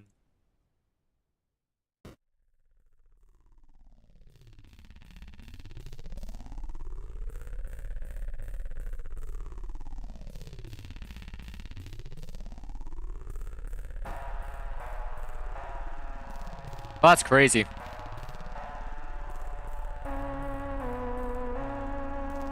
Oh my god. The man-eating mantis. Good afternoon. Am I dead? Are you oh my god, he's real! Oh my gosh! Am I dead? Evidently not. That things don't make for conversation partners. At least, not for the sane. I am wonderfully happy to finally be able to speak with you. I mean you no harm. Please. Oh shoot. Oops. I would never harm being as nuanced and beautiful as you are. This is the first I've met with a member of your species, and I am awestruck. Just in your cranium alone, I sense a complexity rivaling that of the planets, the solar systems, and even the galaxies. Yeah, but he's cute. He kind of is, actually. I rescue kind of learner? Like this? Yeah, I think it's pretty cool. Wow. Your species must have accomplished some pretty amazing things. Yeah, we made it a moon. That's crazy. By the way, he's talking directly to you? Yeah. Oh, okay. Even if your humility or reservations will allow you to admit it, you are the personification of potential. Crying, laughing, hoping, doubting. Yeah, cartographer is just straight up dead. Cannibal and not canceling? I don't know. Getting up in the morning when you don't want to. It truly is an honor to be speaking to an entity like you. Huh. Thank you. No, thank you. I'll carefully cherish every moment I get to spend with you. But while I wish we could spend this afternoon together, there is an urgent matter I must discuss with you. After the time you spent with Deepwell's residence, notice it, haven't you? Oh, weird. Each one of them is a pathetic, two-dimensional, deathless, superficial parody of a character. I don't really think so, honestly. And you haven't been flexing your critical muscle. Your problems are jokes, punchlines they hope you'll take seriously. Oh, this is meta. They are your opposite. Where you are complex and nuanced, they are trivial and insipid. The word shallow doesn't do their infantile backstories justice. I've been watching them, observing their lives while shrouding myself in the foliage. I know everything about them. One is sad because they didn't have meaning in their life. Another is sad because they grow flowers around them.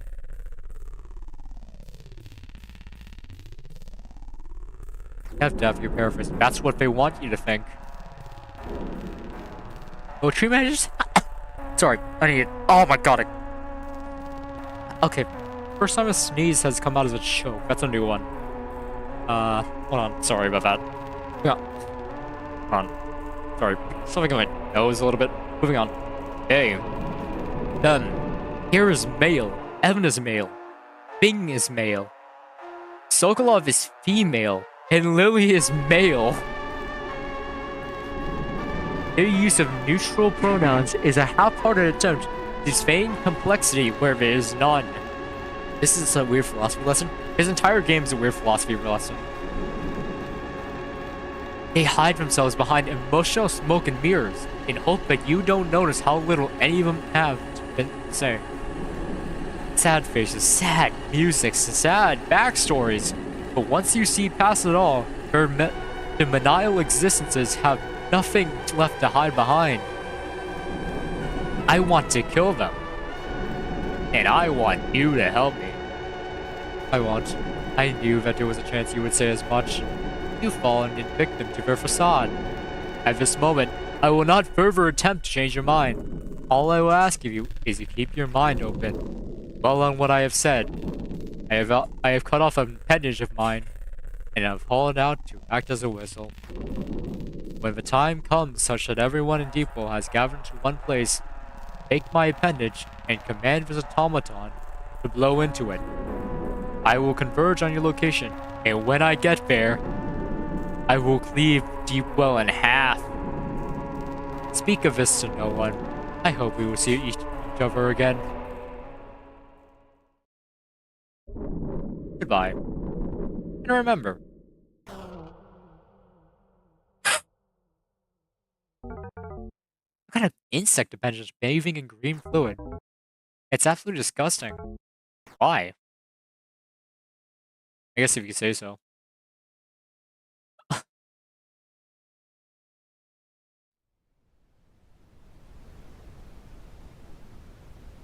That, quite sure. Yeah.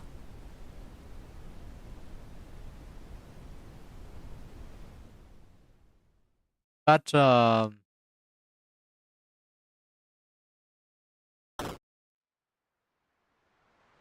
not what I expected. Yep, don't talk for about the Widow Dust or you log yourself out of abandoning after do the entire Mantis bit and the best bit all over again. That's fair.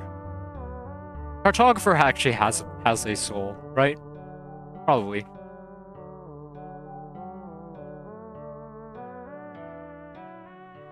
I just leave? Or nope.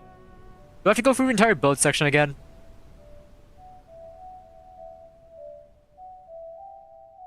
I think I have to go through the entire boat section again.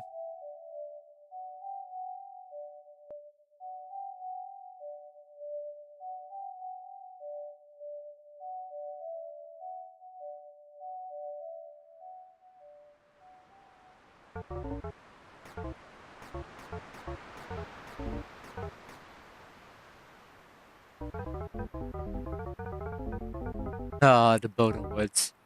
Cut the rope. Oh god, what did he do? We're gonna find. Today we're gonna be. Hello, welcome to the bad end of the game where we Oh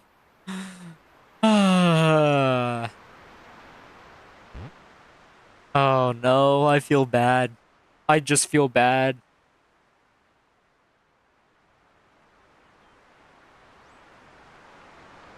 This is.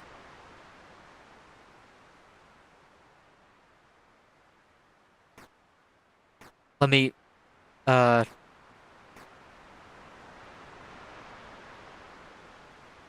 All right, we can just. Okay, speed run, speed run.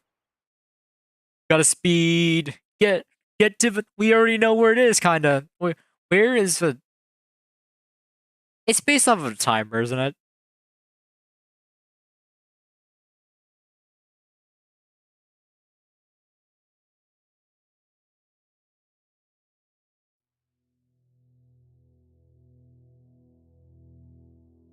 We're gonna be here for a while, so let's just talk about this.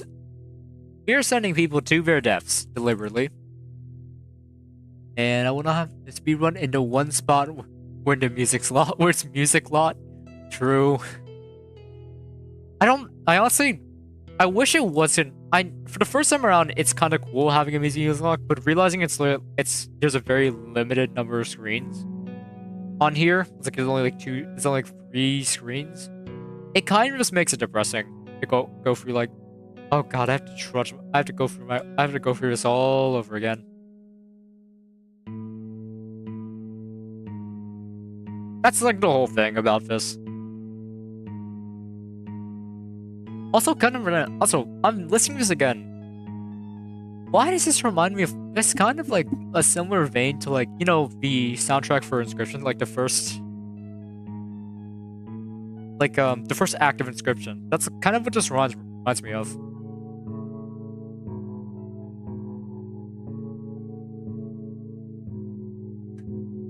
As you're trudging through the forest, I gotta grab the Ouroboros to cheese the entire game.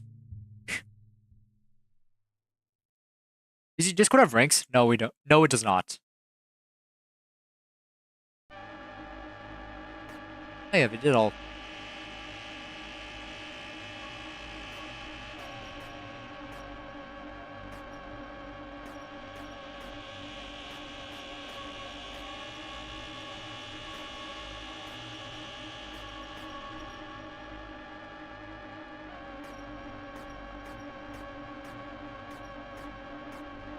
It kind of, it does have ranks, like in the normal Discord, we have like the ampersand, the moderator, the player, I guess, what was a role?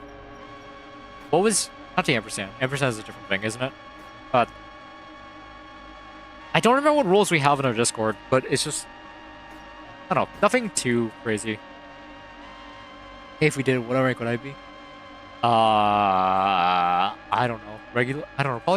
Probably just like a regular or something. We have to go through this entire. I hate how we have to go through this entire thing again, but you know.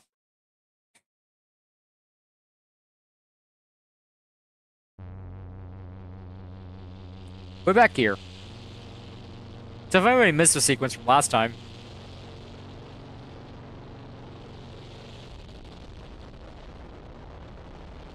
Oh jeez. I kind of just have to like sit down and stretch because otherwise we're gonna be here for a bit.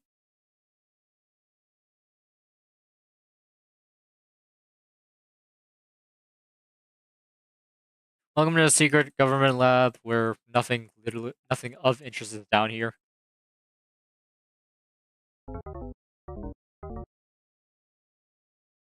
Actually, there's a note I missed, huh? You also need supplies for experiments, make boxes, refill themselves with supplies, but do some service. That would explain the infinite boxes, actually.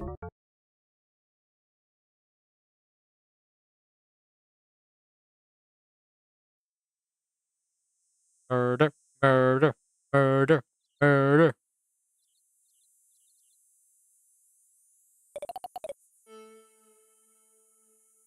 Hello. You are not gonna expect.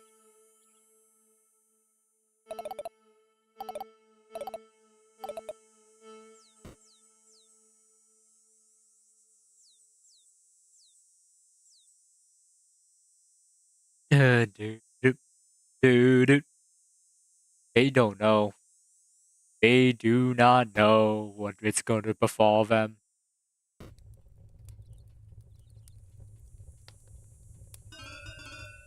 That's different. Nope.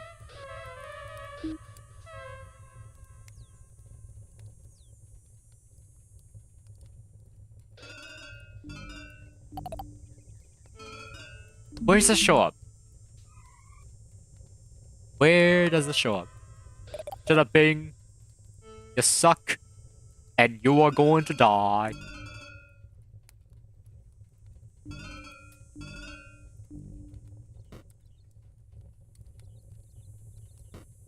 The thing is, I actually have no idea where this could possibly be. We've been handed a super jumbo brush. Oh, it's yeah.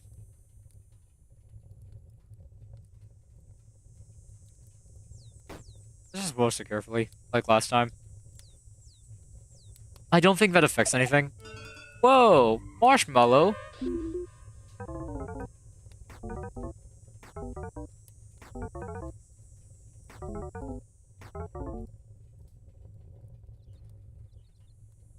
Oh, the whistle.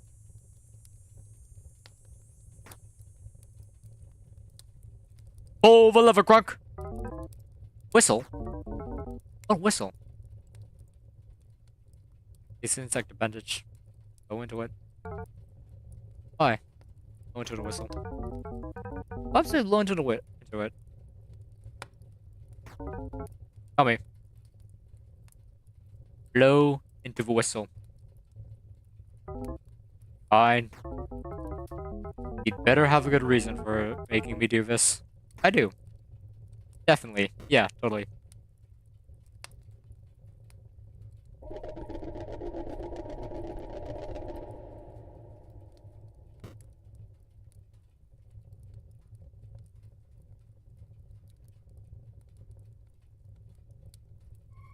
Huh? What did you do? Oh. Good evening, inhabitants of Deepwell. Tonight, you are all going to die a slow and agonizing death. I graciously permit you the time to exchange last words before I leave you in half. I'd be saying I told you so, but honestly, I don't blame any of you for not believing me. Photographer, did you bring it here? Why? What did I do? This isn't how I wanted to go out. I'm not afraid of you. I didn't know. I'm sorry. Are you a man-eating mantis? Hi, I'm...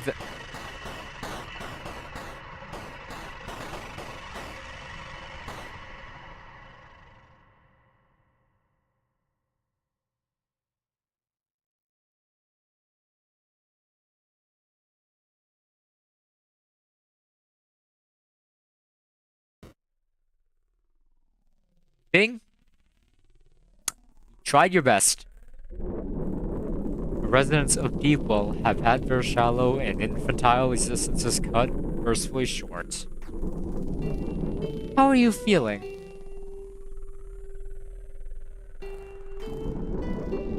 I am sorry to hear that. The green fluid that circulates through the interior of my body can act as an anti-emetic.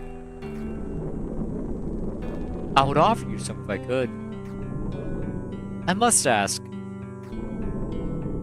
if the other members of your species tell you how beautiful you are? Are you hitting on me?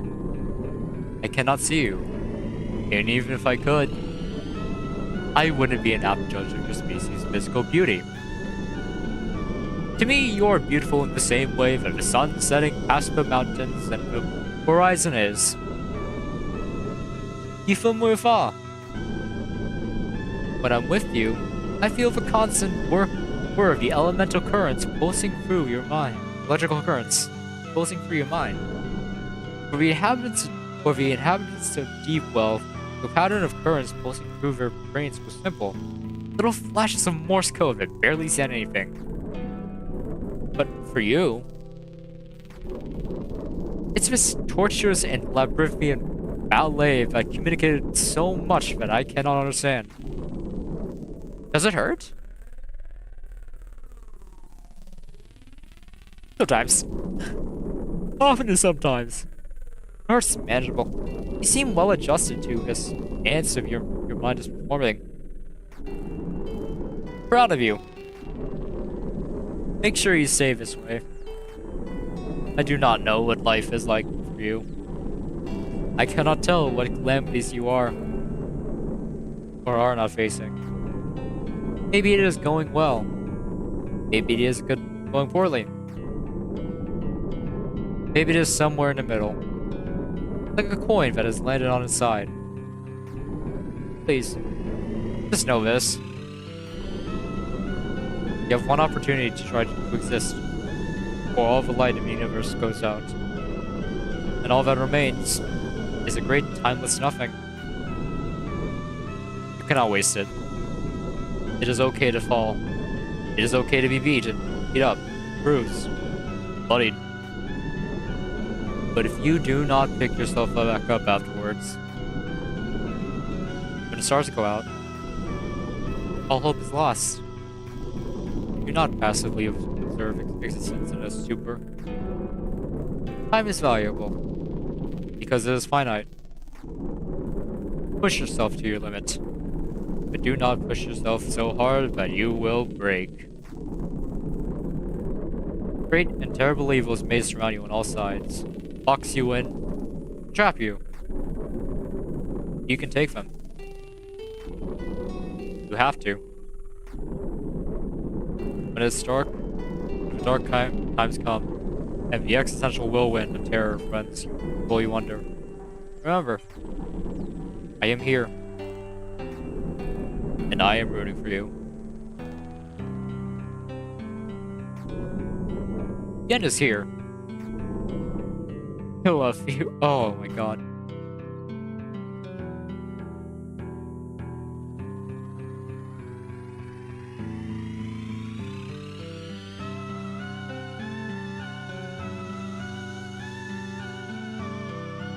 I can't believe we just...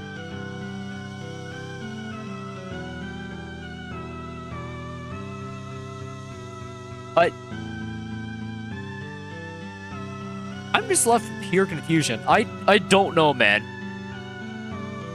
What just happened?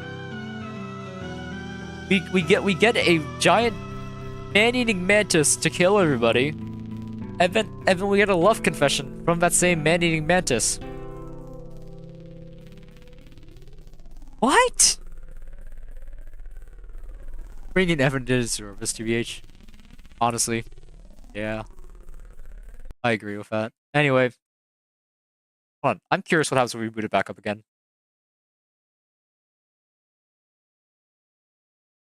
We'll be back in again in a moment.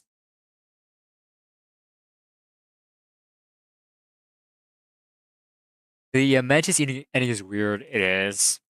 Should I?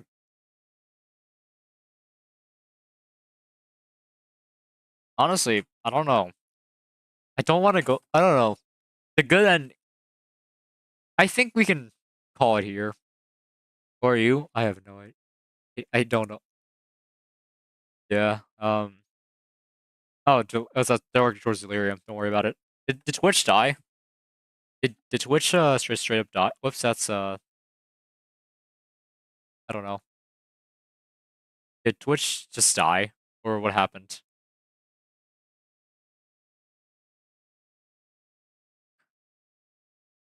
I don't know, man.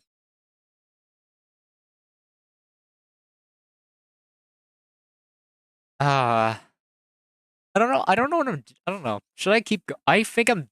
We've been here for like. I just had to go on my phone for a second. All right. I think I'm done for today. Well, we've gone like the end. I think we've gone the endings. We've killed Deepwell both emotionally and physically, and I think we can leave it at that. I didn't want to miss anything. Ah, I see. Yeah, but I think that we might just end the stream here. We've been going for 4 hours, and I kind of want to stop. I kind of yeah. Next up, I'll make sure to let people know in a community post. I have no idea. I have no idea what I've been called. Maybe. I'll consider it. Yeah. Just give me some time. I need to actually get up from my seat afterwards. I got up like once during the stream. Yeah. I'm pass out. All right. Thanks for coming to the stream. Like, remember every other day at 5 p.m. PST. So next time we're gonna be streaming is on Sunday at 5 p.m. I have no idea again, no idea what we're doing. I'll probably figure it out by tonight.